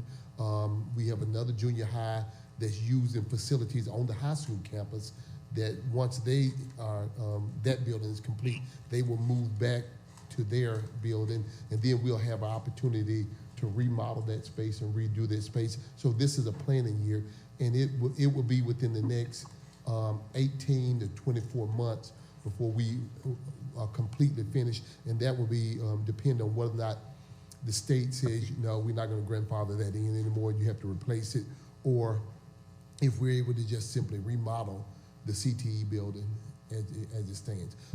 One other piece to it, we have a junior high that was closed that we are remodeling, and we're going to move some offices and some programming that exists on the high school campus to that building, and that will free up space for some of the and one new building on the high school campus that can be used for CTE offerings, especially around STEM education and some of our other programming. So we're on the move. We're just waiting as we complete the huge investment to the tune of like $100 million, and then we can move on to the next part. Yeah, fantastic. Thank you for that. I don't know, and I you might have said this already. Have you had the opportunity to visit the Ignite program at the Bentonville School District? I think. Is that? I have not. And if not, I want to go ahead and send that invitation. I'll be more than happy to make the connection with the superintendent, Debbie Jones, there. They have an outstanding program. Now, granted, I know Bentonville's different from West Memphis. I understand that. But some of the things you're wrestling with in regards to how to think about programming, yes, sir, and what that might mean, those sort of questions were also asked there. And, I know it might be an aspirational push, but it might be something that, helps begin to round the thinking on some of these items. And I want to clarify my comment. I have not visited the campus. All right. So, okay. You said Bentonville. Which one did you? Okay. So we've not visited the Bentonville campus. The team did go to Benton to see their campus, and so yes, I appreciate that. And once again, I just want to offer that opportunity. I'll be more than happy to make that connection, and even kind of spend some time with you if necessary. If you were able to make it to this side of the state and kind of show you what is happening on this side of the state, just once again, from an aspirational and learning perspective. Yes, sir. We But I accept your appreciate all the invitation. great work you're doing. Thank you. Thank you. I have an additional question. I think Ms. Saraceni had a question. Apologize, Carly.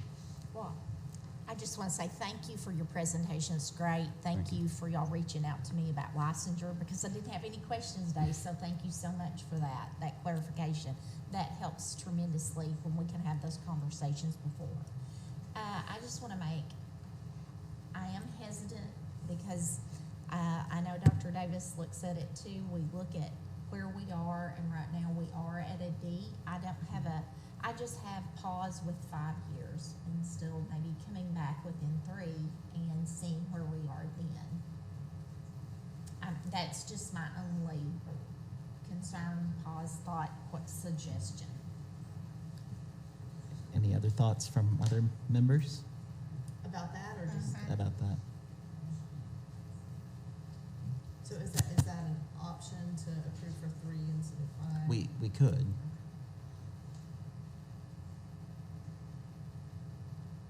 I think it would give us a chance. They've put things in place and we could see that growth then. I like that idea. Dr. Wright McMurray, any thoughts? I didn't have a thought on that. I had a comment on something else, but. Okay. And may I speak to that? And I think that's a generous offer, and we thank you. Our preference would be the 5, so we could work with our entire class, but we would be more than interested in accepting the interim or be asked to provide interim updates on a regular basis if that would be helpful to the committee. And I do understand and respect your concern around the 5-year. My comment on that is I would lean toward the 5 years. We have the ability to come in and to look and to see what's happening. But I think what 5 years does is it gives you a longer runway. Yes. And so you're always looking those variables that have happened, at the point they were seen. So we look at their plan, their curriculum, and their support. So I'd be more inclined to think that, like I say, with a longer runway and the opportunity to look further into what's down the road, and still with the department having the capability to be able to look at any time to see if that's something that needs to be reconsidered. But if I were in your shoes, Yes. I would like to have that flexibility to be able to look long range as opposed to a shorter period. And I concur with that, and I appreciate the offer too. We would prefer the longer length of time, but we are very much open to giving regular status updates related to performance or any specific targets that the committee has. Is there any other discussion around that before we move to Dr. Moore's question? Okay, Dr. Moore? I was wondering, I may have just overlooked it in the application, but I didn't hear or read anything about the work keys. And I was just wondering how that is panning out in your school, because Crittenden County is a work-ready community, and that's like a real opportunity for students to earn a credential, and especially since credential numbers are down. We originally had all of our seniors go through the work keys as we were partnering up with the community. That was last year. We have not had that opportunity to get all of our seniors through that on this year, but we do understand the potential and opportunity that it opens up, having that credential in their tool bag when they walk across the stage. So that is something that we try to invest time into. Yeah, I would highly recommend ensuring that all students take that just as much as you do the ACT. And of course, with new legislation, there's more of a focus on that anyway.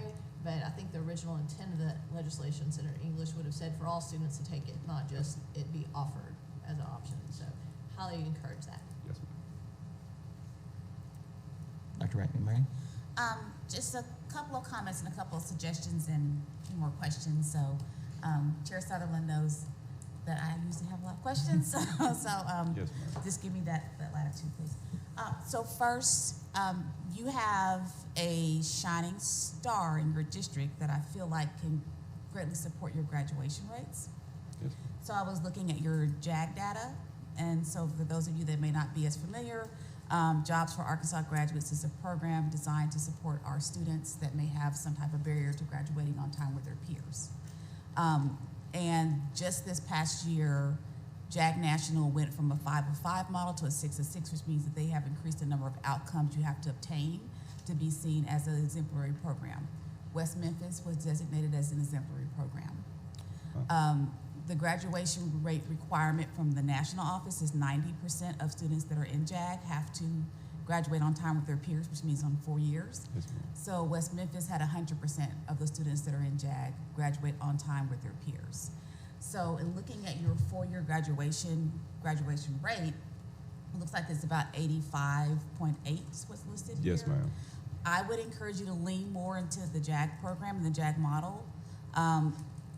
Many of our schools that have a larger number of students that would qualify for JAG sometimes offer 2 programs in a school so that you can get more students into the program and increase your outcomes. I even pulled the further graduation. So further education speaks to students getting credential certifications beyond the high school typical classroom instruction or diploma. And the national standard is 35, you guys were at 37, so you outpaced the national standard as well. And then they also added this past year that JAG has to follow all students after graduation to see how they're doing. And that connectivity rate is at 90%, you guys were at 100%. So I feel that you have a exemplary model that's within your district that can help you with some of your outcomes.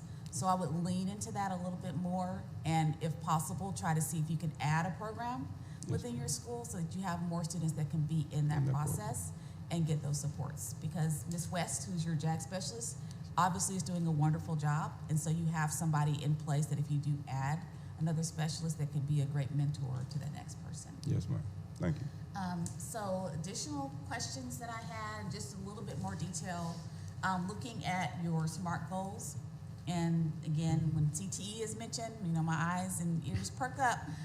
So goal 3, you want to increase the number of students that are earning certifications. Can you give us a little bit more detail on what are going to be some of those actionable things that you anticipate putting in place so that we can see those outcomes received? Yes, ma'am. As far as trying to get them, again, going back to the replacing what we lost at the college, we felt like if we get just the 8 programs they lost back on our campus, that in itself would get more students certified. We're looking at the state sent out a list of some of the most high demand job markets that we could put students into. So we're looking at adding programs from that list to our campus so that we can increase that number of students who graduate with certifications. But we're still in the building phases. We're looking for room to put those students so that we can offer those programs on campus. Like Dr. Brown said, that's why we're so excited about our junior high getting off our campus this year, so that we can open up another part of our campus to get some of these programs up and going. But we're currently looking at which ones can be reinstalled into our campus at what phase of the building. Which ones can we get in while we have our CTE lab available to us now as is with the modifications. And we have a building of 4 classrooms right now that has been used to house a different program that's going to be moved. And we're looking at what programs would we be best benefited to move into that building as far as, materials needed to house the program. We know that the heavy lifting like auto mechanics and all that, we're gonna have to have a space all its own for that. So we're all looking at some things that we can do in that building as it is to try to get programs back on campus as quick as possible. And then your goal for where you're planning to add 5 additional CTE pathways? At a minimum. Okay. At a minimum. Can you just walk us through a little bit, how did you select these pathways that you're planning on adding? Some of those are based strictly off student popularity, things that students saw and had a interest in. But sometimes what the students have the highest interest in, if it does not end with an industry credential, it's really not to their benefit necessarily to add those programs. So what we're trying to do is we're going to try to merge what they have an interest in and what the state says is going to end up getting you a credential that's going to get you a job when you graduate. So we have to make an adult decision on those, but what those 5 programs are going to be are still yet to be determined. But we will take in consideration what the students want, but we'll also take in consideration what the students need so that they can graduate high school with a plan that's going to help them get above the poverty index. And you're basing the students' desired pathways off of what process are you using to identify? Student surveys. We did student surveys. We did student surveys. We did community surveys. And we had all that information as to what the students wanted. Our students have a burning desire for cosmetology, and we really want to try to give them that. But at the same time, we got to look beyond high school. What credential will you actually graduate with cosmetology? What percentage of our population will it touch? So we have to take all those things in consideration before we go and put in the legwork and move a building around to where we can accommodate cosmetology. So we want to take that in consideration, but at the same time, we have to do what's going to be most beneficial and efficient for the students that we serve. So at what point are students surveyed? Like in what part of what grade? It was all grades. It was across the curriculum when we did the surveys. It was 10th, 11th, and 12th. We don't have 9th grade in our building. Okay. So it was 10th, 11th, and 12th when we did the surveys. Okay. And are the student success plans a part of this process or no? It was not no, it was not. We look at our student success plans and what they plan for, but that was not part of the what we were using to determine what pathways we were thinking about bringing to the campus.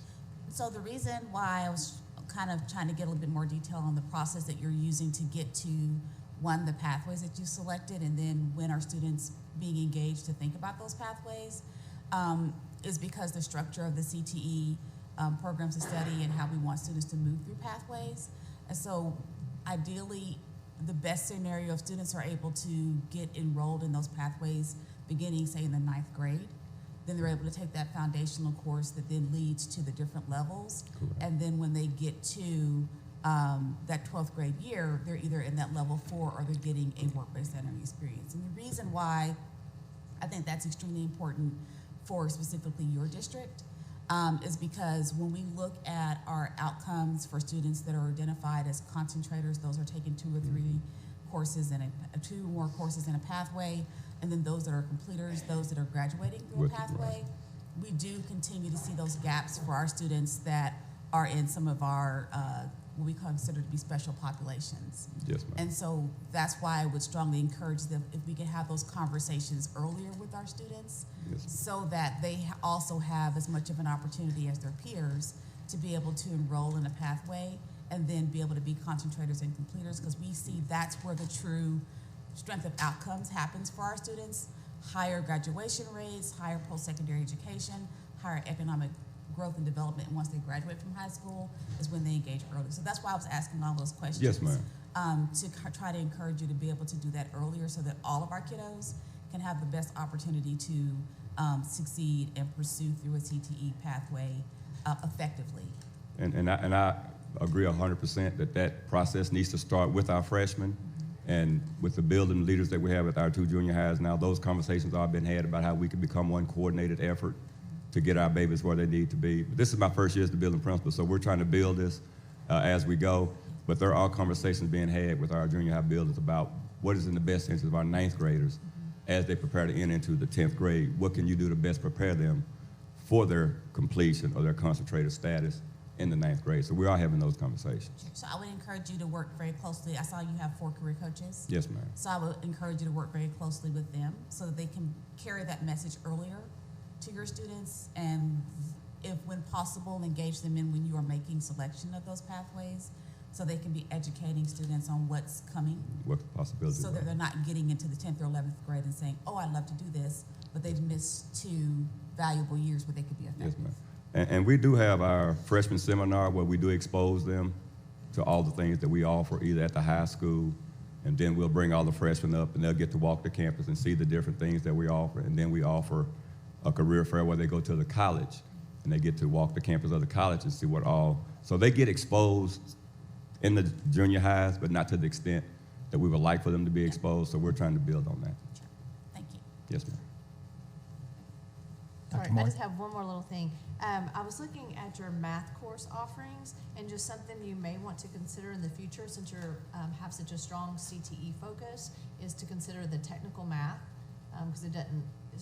I know you're not offering that. At least it wasn't offered this It's not. current school year. That might be a great opportunity for students, since you have such a focus on Yes, ma'am. career and technical. It counts as a 4th math, even beyond Algebra 2.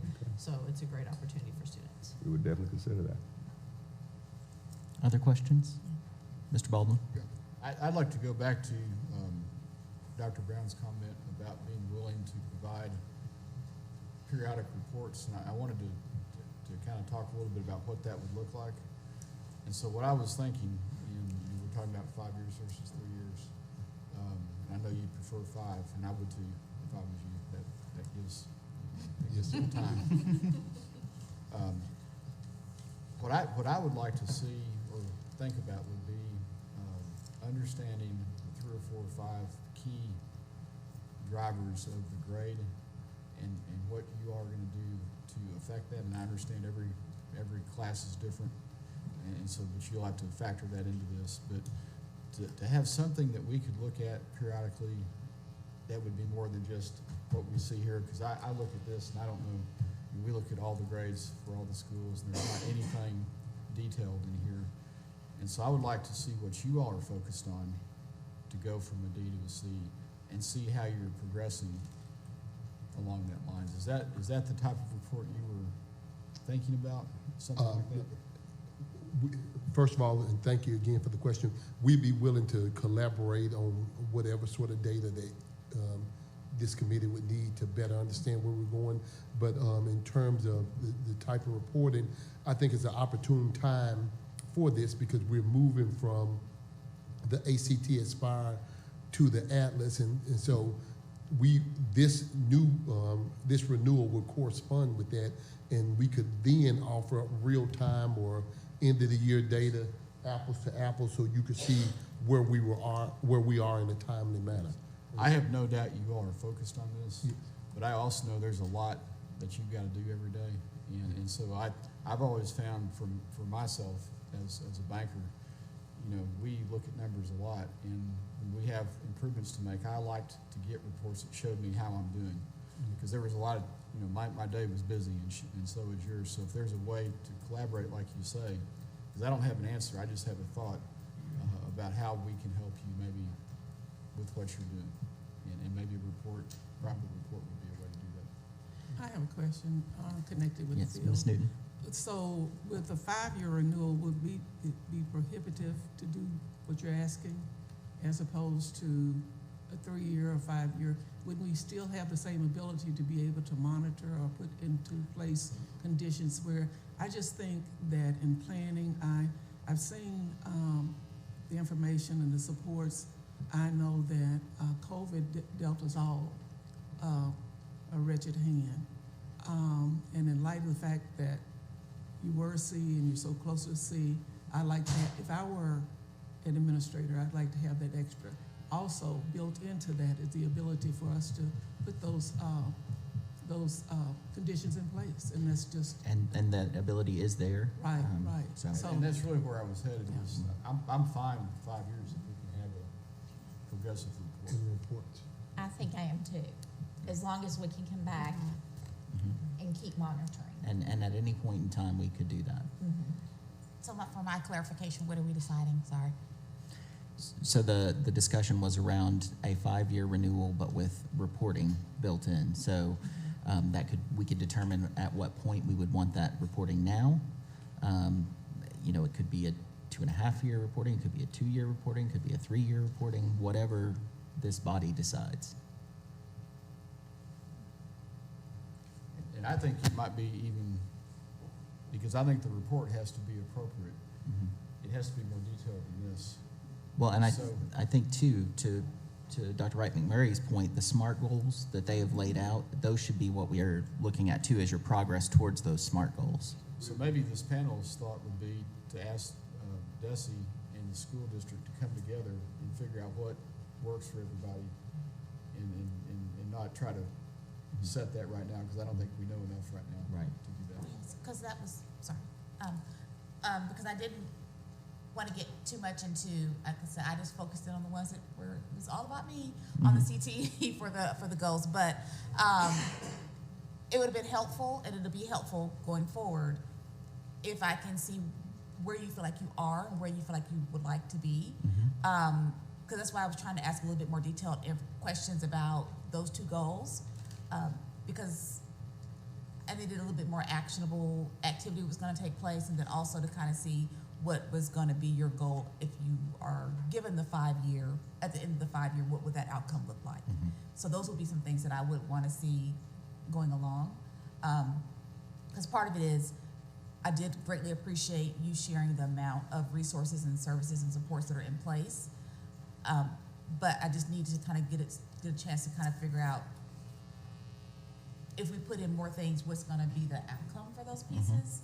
Because it's like we're still having some challenges, and with that being in place there, I'm just trying to get my mind reconciled around what do we need to have happen to see movement. Because I feel like the work is there, you guys are putting in the resources, and you're coming up with great interventions, but we're still struggling for some reason trying to figure out how to right that ship. So. And I think to Mr. Baldwin's point, if we can get you all together collaborating with the department to, you know, maybe even flesh out those SMART goals a little bit more, so that whenever we have a review, we can look at those and see if we're meeting those SMART goals. That makes sense. Yeah. Then I have a motion if you're ready. Any other discussion before we go I for a don't motion? think All right, Ms. Newton. Okay, taking into consideration all the comments and remarks and recommendations, I move to approve the application of the Academies of West Memphis for a 5-year renewal of their charter. And did we want to build in the reporting feature? And the report, I thought I prefaced that, okay. but anyway, Yes. including reporting requirements. All right. I second. I do have a question. Dr. Wright McMurray? Well, my question is, what is the timeline for them coming back to give the reporting? Do we need to include that in? I'm sorry. Do we need to include that in the motion, the timeline for them to come back and report? I think there for needs us, to and be then for some. also for them to be able to know what to prepare for. I think there needs to be some clarity around that. Okay.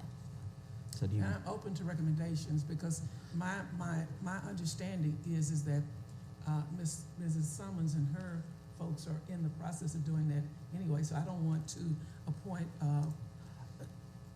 artificial. Oh, It might- yes, it might, yes. You know, to say in a year or in two, when that's already ongoing, I don't know, it may not be, but that's the impression I had to say, here's what you asked for, and here's how we did it, as opposed to setting, and I'm not, like I say, I'm not an educator, I'm a social worker. Well, and I think, you know, we are doing reporting at this point, but we're not really, you know, as far as the unique situation here where we're doing a direct collaboration, if that's something we want to see happen, we can include that in the motion. I take the recommendation of the board, you know, in that area, especially the CTE connected people. I like the direct collaboration and the details, because this doesn't give us anything, it just gives us the grade. And so I think the details will be most helpful to you all. And So does that need an amendment, or? I think we need an amendment to the motion. oh, I'm lost on that. So do we want to say, Let me okay, start over. so I'll voice it, and then if you agree with it, Okay, then, okay. so do we want to have a 5-year renewal with a report that is done in collaboration with the department that takes place halfway through the 5-year period, so 2.5 years? Is that, I said what you said. okay, you said what I said, okay. All right, so I have a motion, do I have a second? Second. All right, all those in favor? Aye. Aye. Any opposed? Uh-oh. Mr. Davis, was that for in favor? Aye, I approve. Oh, okay. There was a little lag there, and we weren't quite sure. So, any opposed? All right, the motion passes. Let us fill out our voting sheets, and congratulations.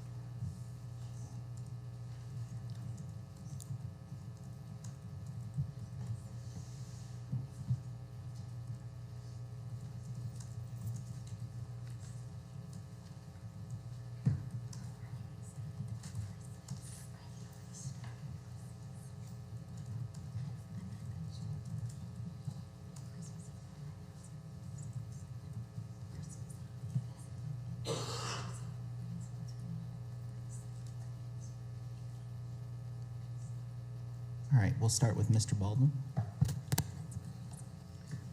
Yes, I voted in favor of the requested 5-year renewal, accompanied by a letter grade improvement progress report presented to the charter panel at the midpoint of the 5-year term, with such report determined in collaboration between DESE and the Academies of West Memphis.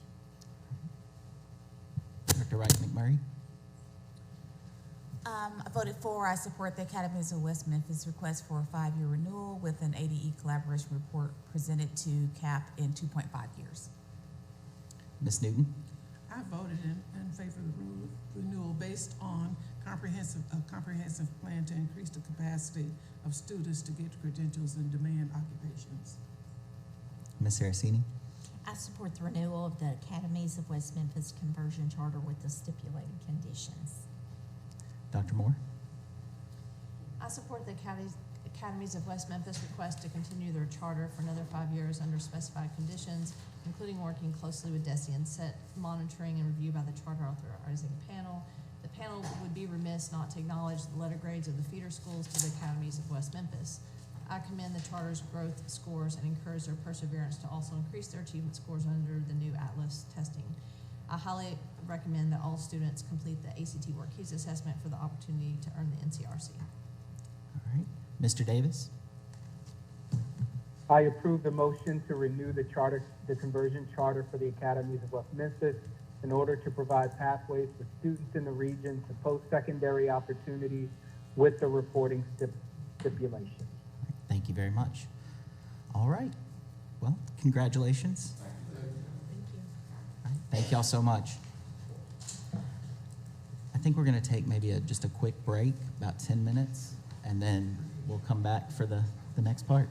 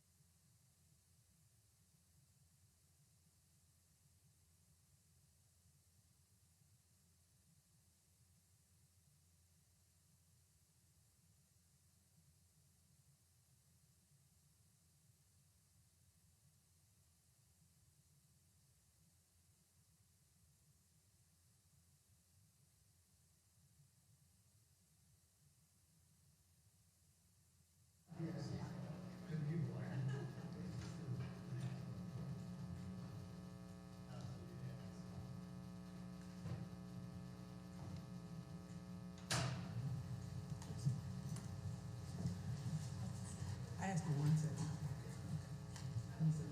Okay. So we'll call this meeting back to order. Our next presenters are Ms. Tiffany Grayer and Mr. Jeffrey Fetters.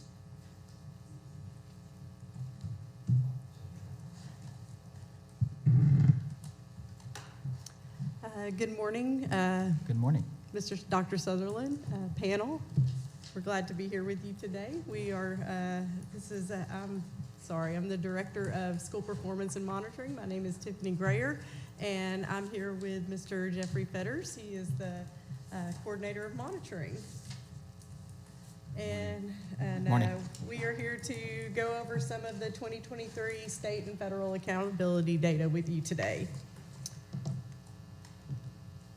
So just a brief overview of our accountability systems here in Arkansas. We do have a timeline for releasing data here in Arkansas. Usually in October, we release our ESSA School Index and our public school rating reports, which includes the A to F letter grade, and also the school recognitions and rewards. I would mark your calendars that will be delayed in 2024 due to the change in assessment. We will have to go through standard setting, setting new cuts for A to F and all of that. So just be mindful that we will have late reporting next fall. In October, we also send out notification letters to districts who have been identified in the bottom 5% for comprehensive support and improvement, and also to schools who have consistently underperforming subgroups within their schools. And the state's definition of consistently underperforming means that the subgroup has scored in the bottom 1% for the current year and for 2 prior years. That's an annual notification. The comprehensive support, additional targeted support, and the various levels of comprehensive support. That's on a 3-year rotation. The last time schools were identified was 2022. And so the next identification round will be ESSA Cycle 3, which will happen in 2025. So we will determine exit criteria based on the current formula for those schools, just to maintain some consistency there. In December, so just last Friday, we pushed out the commissioner memo related to the exhaustive school report card, which is a combination of state and federal reporting values. Some of these go into the accountability measure. Some of them do not. That does have more values, including teacher quality values, school expenditure values. It does break down assessment data by grade level, and gives you crosstab reports. So if you want to see the percent in need of support at the district level for mathematics, that data value is there, but you do have to wait till the school report card is released. That's also where you can see the district level percent of need of support for reading. So some of those data metrics do come in a little later in the school year. By April, that school report card will be finished on the state side. So some of our data comes in late through Cycle 5, such as our annual school board training hours, and some other metrics. So the federal piece is due by December 31st. The state piece is due by April 15th. And this year we were monitored by USAID on our report card, had very minimal findings, and got praised by the feds on our compare and analyze features that we have available to schools and to our stakeholders. And we have fixed all of those minimal findings that they had for us. The ESSA School Index is comprised of multiple robust indicators. We have gone through a procedure where we have asked for feedback from all stakeholders, including Arkansas educators, district leaders, parents, families, all of those different stakeholders that we provide our reports to see how we could maybe make our system better. But we have been living under this system for about 7 years now, ever since we've adopted that ACT Aspire. So we are looking for ways to expand on what we are currently doing and make that better. So right now, the weights for ESSA calculation at the K-8 level, I don't believe you'll see any major shifts, but right now we have weighted achievement coming in at 35%, value-added growth coming in at 50%, and those measures are really including ELA and mathematics. Now, the growth, you have that EL component, the progress towards English language proficiency, that counts proportional in our growth model. So the more English learners you have within a school, the more they count towards growth. So basically, they're counting twice in your growth. They're counting once for content, they're counting once in their progress towards English language proficiency. So if a school has 100% English language learners, it'll be half and half content versus progress towards English language proficiency. If the school has 0 English learners, that whole growth measure will come from their content. The SQSS right now currently features student engagement, which is chronic absenteeism, science growth, science achievement, and reading at grade level. At the high school, you see the weights there. We have the additional SQSS components such as college and career readiness measures such as ACT, on-time credits, AP, IB, concurrent credit measures, things of that nature. But then we also have a 4-year adjusted cohort graduation rate and a 5-year adjusted cohort graduation rate. So for schools who are struggling with graduation, it's very important for them to be mindful about how they're enrolling their students and that those students are on time when they leave the school or district. If the student is not on time, that student remains at that school's in that school's cohort until either the receiving school can catch them up and graduate them on time, or if they left on time and they could provide sufficient documentation, they would come off. Our school rating is just a direct transformation from the ESSA School Index score. These cuts were set back in 2017, 2018 when we were establishing our ESSA system. And now that we are doing a rehaul to all of our standards, our assessment, and now our accountability system, we will be looking at setting new cuts. But those cuts were established years and years ago, and they do not move from year to year. So now that you're seeing more DNF schools, that is truly the impact that the pandemic had on school scores. So prior to that, you saw more of a normal bell curve, or even perhaps a skewness towards more A and B and C schools and less DNF. Now that whole distribution has just shifted. So these are all charters within the state, and they're color-coded based on the letter grade that the schools received. The Fs are showing up as red dots. The Ds are showing up as orange dots, and the size of the data points are based on the enrollment at the school. So that large orange circle in Northwest Arkansas is actually ARVA. So that's why it has such a large dot. The students may not all reside there. They reside all over the state, but that's where their headquarters are. This is another way to look at that geographic spread of the districts. The ones showing up in gold, those are our district conversion charters, versus the ones showing up in blue, those are our open enrollment charters. So what's interesting about this is their ESSA School Index scores from 2023, and what's kind of interesting about this distribution is while the majority of our district conversion charters are sort of all located near the center of the distribution, the open enrollments are kind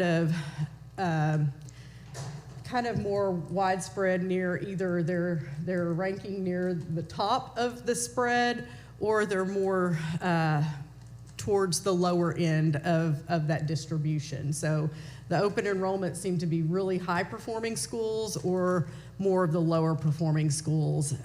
The state average is not on here, but you just can kind of relate to one school to the other. I'll turn it over to Jeff. He's going to highlight some schools that were performing above and beyond in 2023. I get the pleasant news, the pleasant task.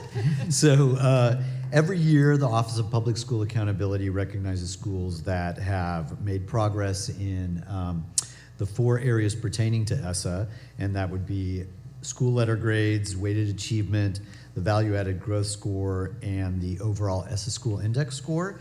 So I just want to take a few minutes and share some of these charter schools with you today. The first one is Fayetteville Virtual Academy, a district conversion charter, and they increased their letter grade from B to an A and gained nearly 8 points on the ESSA school, their overall ESSA school index score. The next one is Driven Virtual Academy. Again, they increased their letter grade from a D to a C and gained over 7 points on their overall ESSA school index score.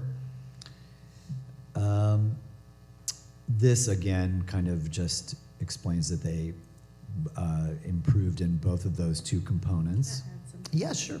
So while we are recognizing these 2 schools, I want to make an additional comment. These schools also had to increase by 5 or more points. So there are additional charters that increased their letter grade or may have increased their ESSA score, but these 2 schools met both conditions simultaneously. So just looking at that weighted achievement component, those 2 schools, Fayette Virtual Academy and Driven Virtual Academy, also increased their weighted achievement scores. And additionally, Cabot Panther Academy, you can see improved 19 points on their weighted achievement. So this is coming from the statewide summative assessment scores. And also Responsive Ed Solutions Premier High School of Springdale gained almost 30 points. So that's also a pretty pronounced achievement. And finally, we had 2 schools that scored more than 2 standard deviation points above the mean of 80 in 2023. And those would be Haas Hall of Bentonville and Haas Hall Academy at the Lane. So congratulations to all those schools. Thank you. Yeah, it's always good to hear something positive in our reporting. So I know you guys are interested in the DNF schools, especially the DNF charters that we have. So we had 12 charter schools, and these are combined open enrollment and district conversion that had an F in 2023 compared to only 10 in 2022. We had 31 charters, combined open enrollment and district conversion, that earned a D in 2023 compared to 27 in 2022. 4 of these schools, however, were new charters and did not have any reporting data prior to 2023, so that explains the uptick in numbers. And I have provided you guys with a list of the charters with Ds and Fs, so you can look at that list of charters. Here are where those charters reside within the state, so you can kind of see where they are geographically. Again, the Ds are orange, the reds are Fs. There were schools that also had a decline in letter grade from, this should say 22 to 23. I apologize about the dates on here. We had 2 schools decline from a B to a C. 5 schools declined from a C to a D. 1 went from a D to an F. We had 1 school decline from a C to an F, and then 1 decline from an A to a D. Yeah, and I've also provided you with that list as well. And then I have a whole lot of data about a whole lot of schools. So we have a review of the open enrollment charters, and then we would have a review of the district conversion charters. And Dr. Sutherland has let me know that you guys have looked at my presentation. So at this point, I would just ask what questions you have about any particular charters that I've provided data on.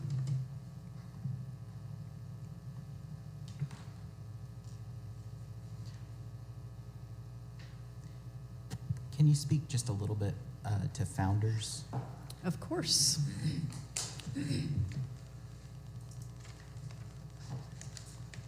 Oops. So Founders Classical Academy, these were the schools that I pulled. They had a school go from a C to a D, the West Little Rock, and the West Little Rock Elementary was the one school that actually declined from the A to the D. I've also included gross scores on this particular slide. In West Little Rock, the math gross score is significantly below the average. We are wanting to see gross scores around 80 or above, and this math gross score is at a 72.01, which I would have to say that had a significant impact on the decline in scores at this school. I would want to go a little further and dig on and look at West Little Rock's scores, because the growth alone is not enough to explain the stark decline from an A to a D. So if you look at West Little Rock, the 2023 overall score there is a 60.62, and I've included information about rebound rates. Their score dropped almost 20 points from 2022 to 2023. So with that being an elementary, if it's not the growth, it's got to be the achievement. And they are still 4.36 points away from being a C at that school. And we do have... Can you go back to the previous slide? Yes. One more, please. Yes, sir. Thank you. Mm-hmm.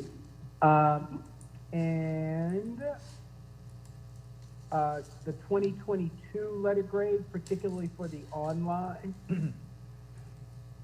were they, help me understand why they did not have a 2022 letter grade?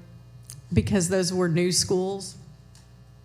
Okay, so that's what I thought. Yes. So I just want to call out for the committee the idea that, here you have new schools launching. Yes. Particularly with D and F grades. Yes, and I would look at that math gross score for Founders Classical Academy Elementary online being a 47.78.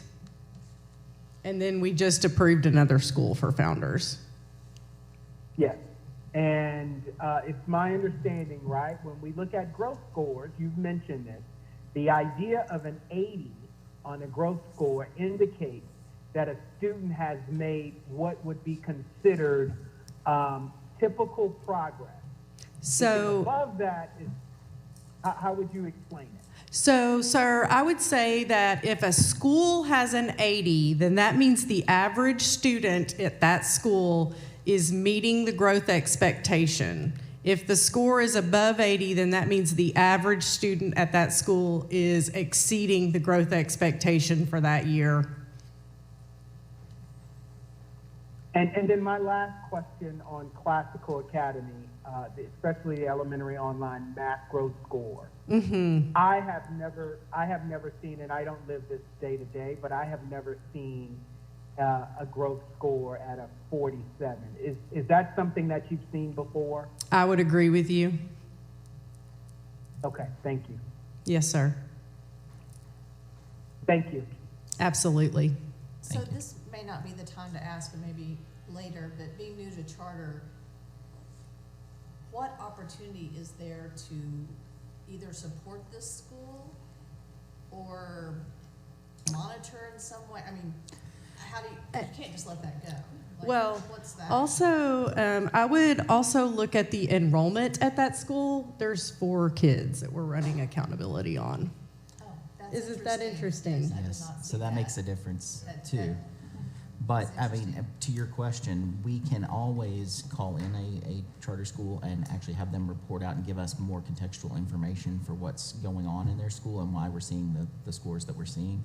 And I think that's kind of to Mr. Baldwin's point earlier, in being able to see what are those factors that are leading them to get that D or to drop from an A to a D. You know, what is it that's happening there? And I think that's our responsibility to call them in for those things. And let me ask you, if you have a school that just doesn't perform well over a long period of time in spite of all the corrective actions, can we revoke a charter? Yes, at any point in time. Yes. And I want to clarify that I still think it matters for the 4. It's just Yes. statistically that tells me something different, but I still am concerned about those 4 Mhm. students, even though Yes. it's not Yes. a large group. Yes. Maybe even looking at the viability, is they're Mhm. looking at maybe a bigger Yeah. look or more a comprehensive look beyond just letter grade. And I think, you know, just in looking at all of the schools under the Founders umbrella, that would be one that I would want to see more information on and more discussion from the school. Mm-hmm. Absolutely. Absolutely. There's a story there that Yes. we need to know about. Yes.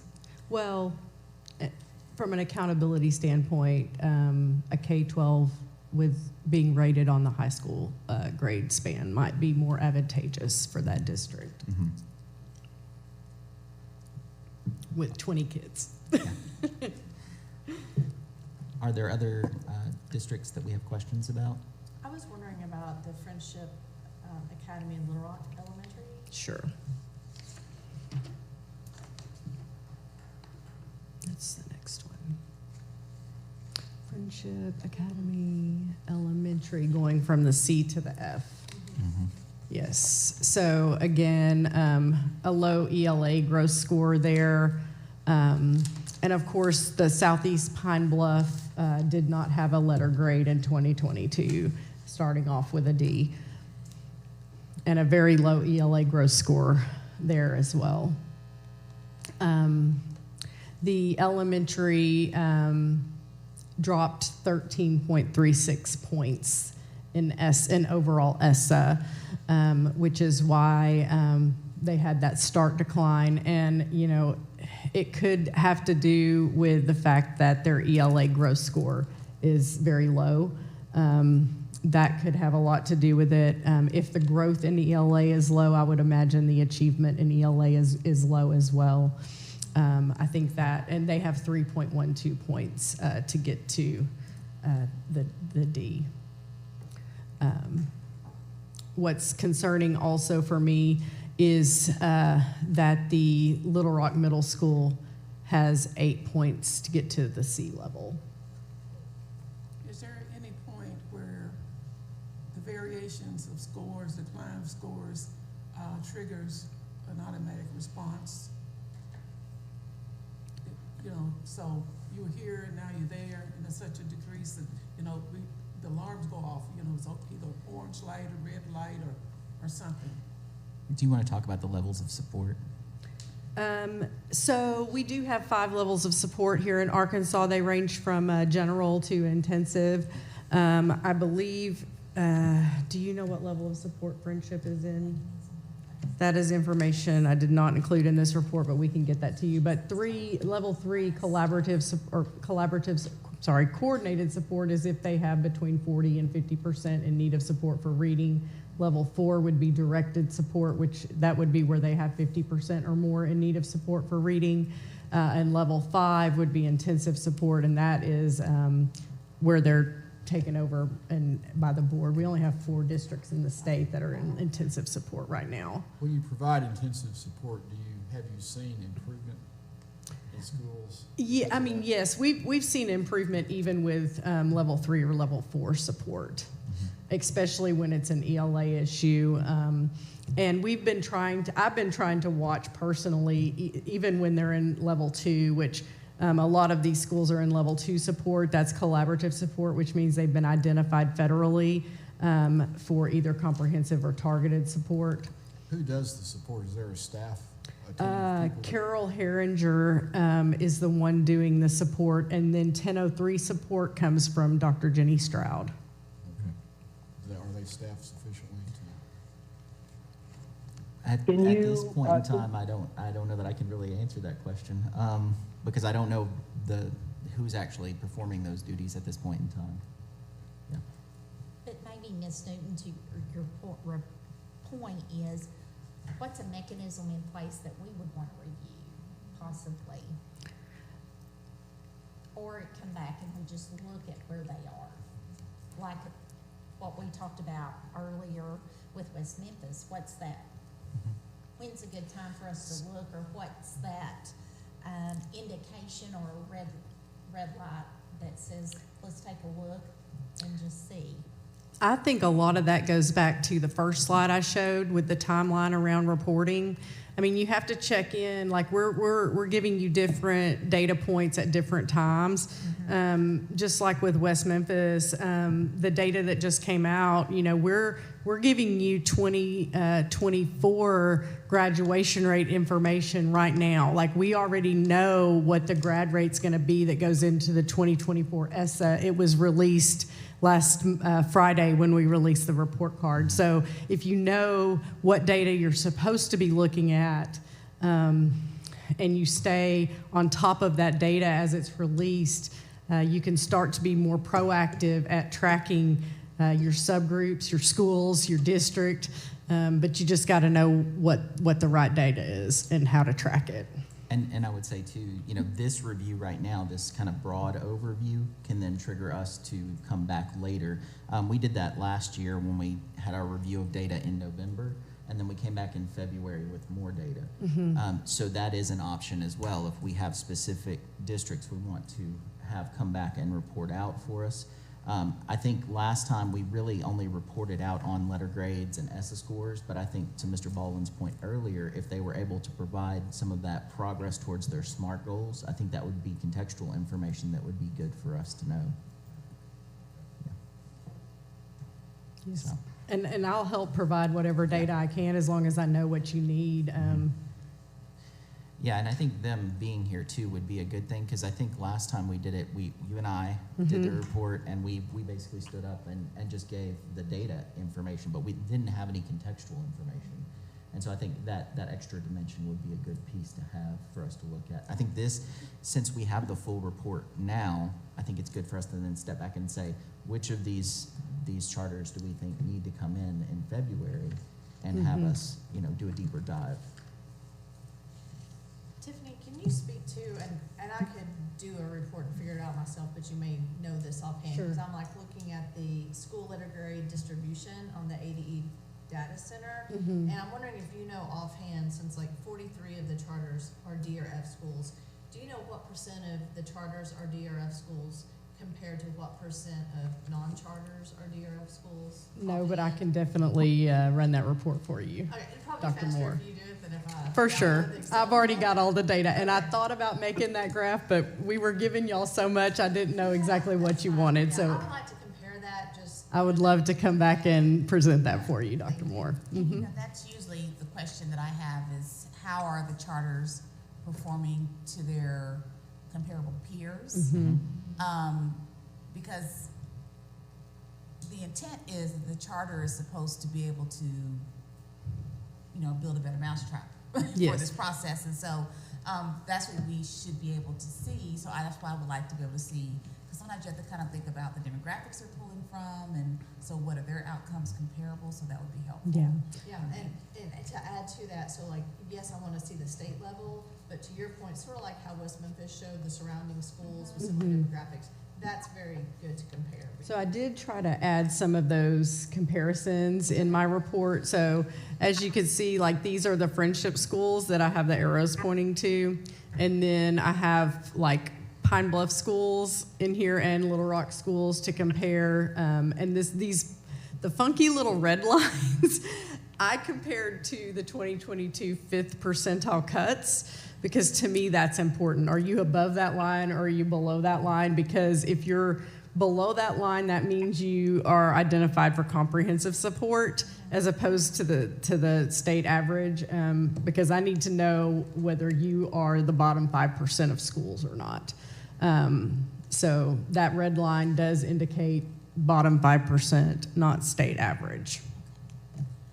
So just for my clarification, as part of our discussion today, we're trying to identify some schools that we would want to come in and chat with us a little bit more. Yes. Because one that I am interested in is Jacksonville Lighthouse. Yes. Part of the reason being that I know that they were before us not too long ago where they kind of split some schools out. They kept some and they sent some to Friendship. And so that's one of the schools that they kept, and it's still at a D.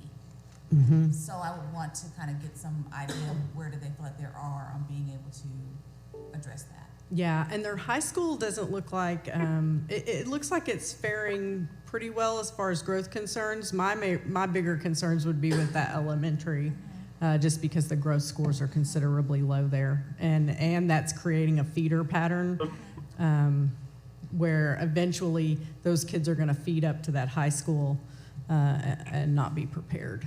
And then also the Lisa Academy, I think it's also the elementary, who went from a C to a D. Kind of curious what's going on there also. Lisa, yes, went from a C to a D, and low ELA growth there. Lisa Academy, Arkansas, oh, that was West Elementary.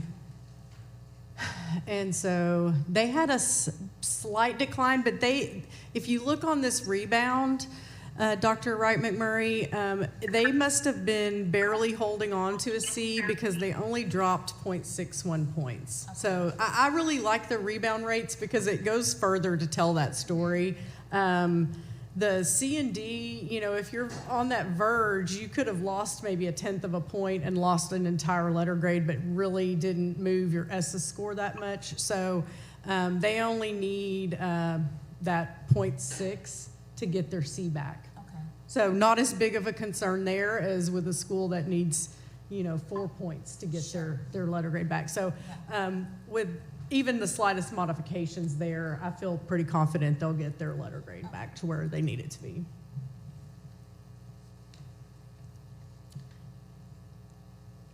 Last year, we had Easton come in here and talk, and I just, as I was looking through that East End, that elementary lost again. Yeah. So how far are they from an F? East.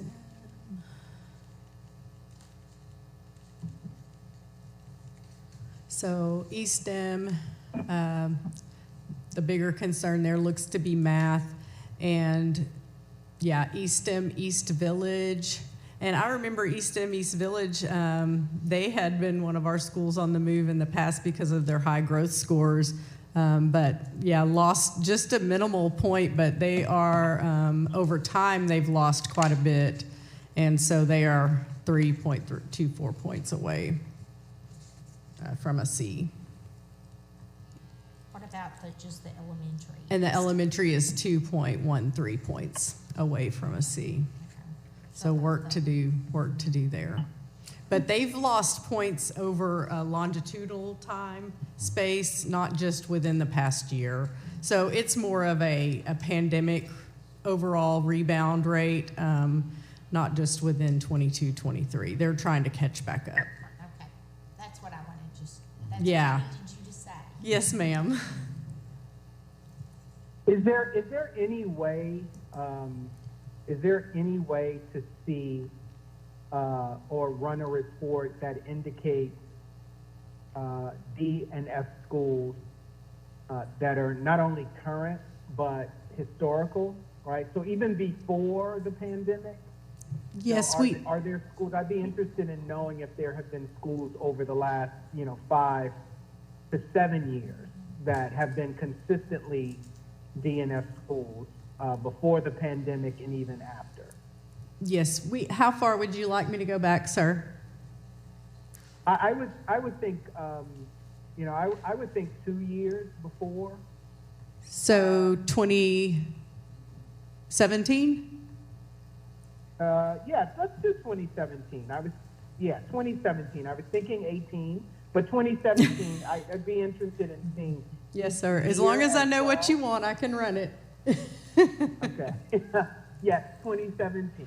I can do it. Yep. Okay.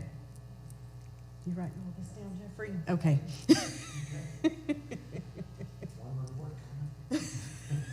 Any other observations?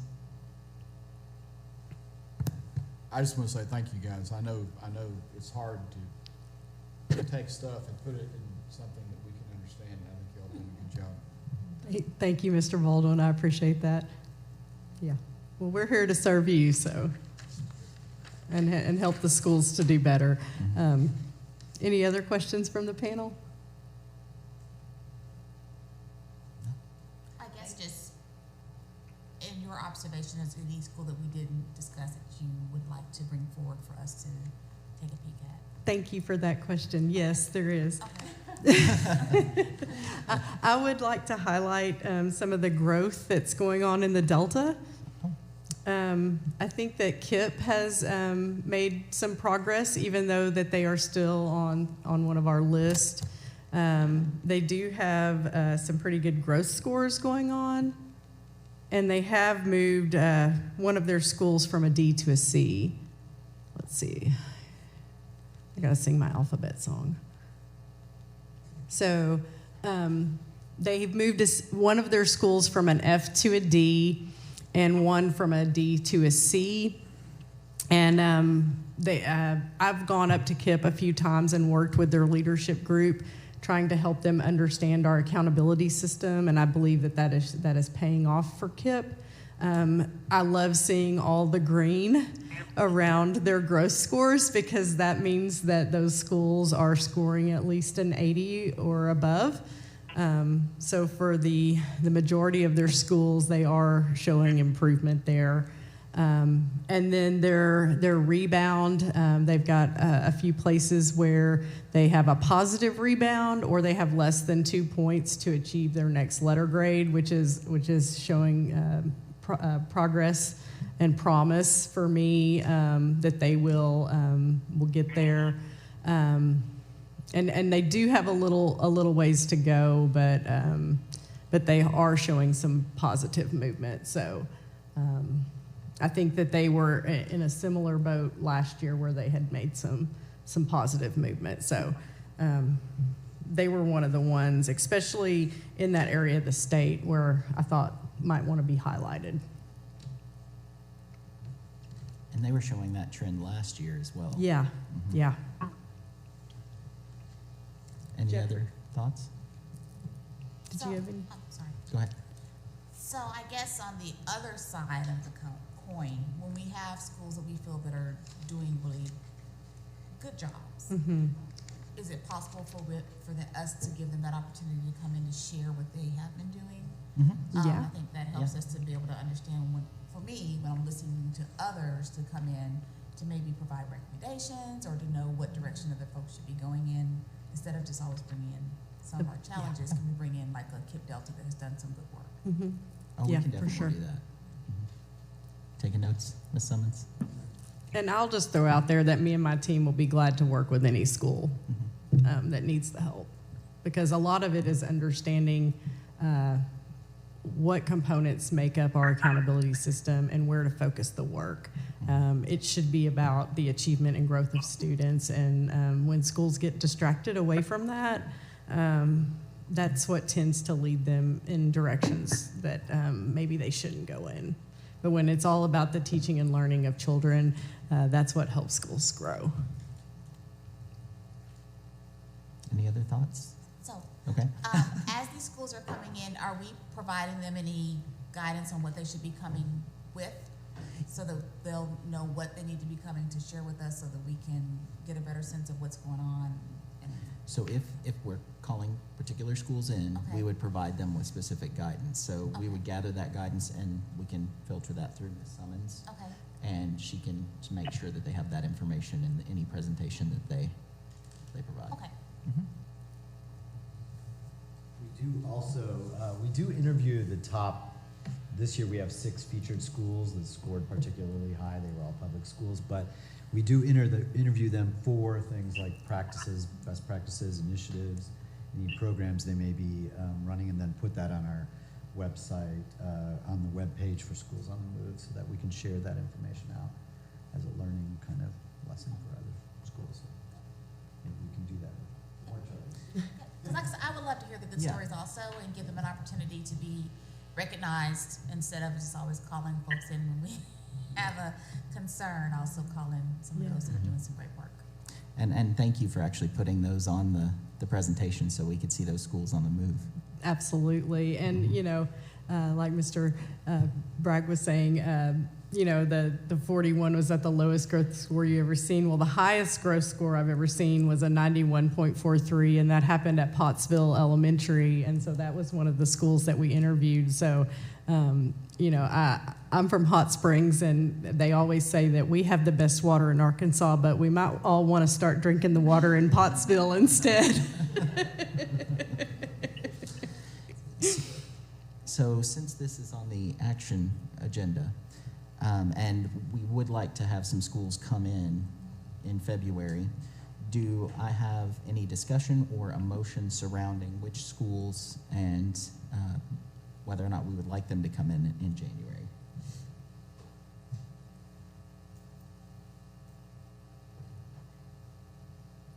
I was thinking that the schools that we were Mhm. saying we were interested in would be the schools on that list. So the schools that I have, and correct me if I'm wrong, because I tried to jot them down as we were discussing them, Friendship, and that was at the elementary in Little Rock?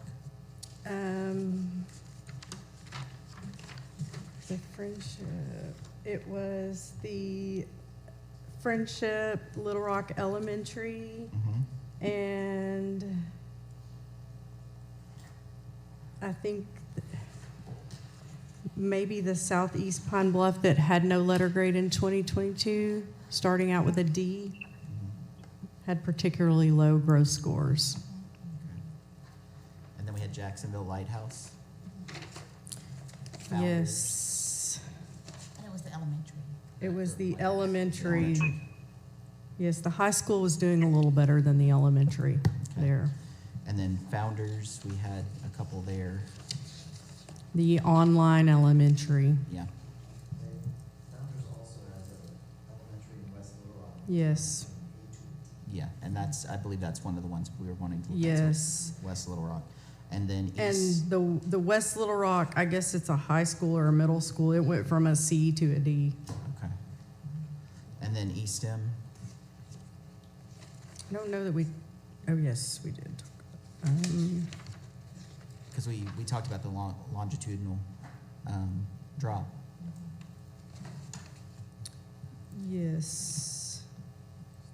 That was East Village and East M Elementary. And then with Lisa, did we say that we weren't as concerned?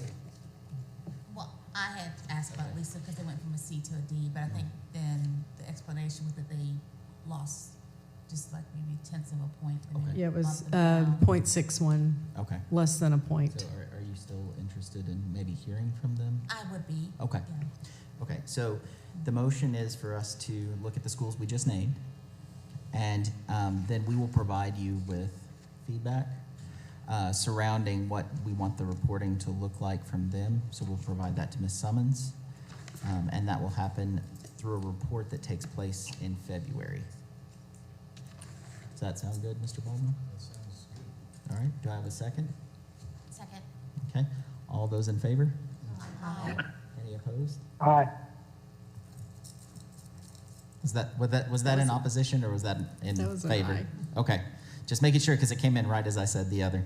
All right, so the motion passes. So in February we'll have reporting out from these schools, and what we'll do for a future meeting is try to get some of these schools in here that are doing really positive things and that are on the move, so that we can hear from them as well.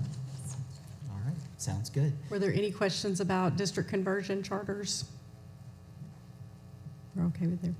Okay, All right. perfect. Thank you very much. I appreciate y'all inviting me here. Yes. Thank y'all Y'all so have a much great for your day. time. You too. All right. Any new business? If there's not, I'll entertain a motion to adjourn. I motion that we adjourn this charter meeting. All right. Oh. Yes, thank you. So we just wanted to take this time to thank Carly Saraceni for her service on the charter panel. How many years have you been on the charter panel? Several. And so she'll be rolling off here in December. So we thank you so much for your service. We appreciate it.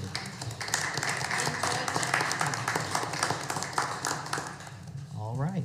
So we have a motion on the table. Do I have a second? Second? All right. So I have a motion and a second. All those in favor? Aye. All right. Aye. Motion passes. We are adjourned.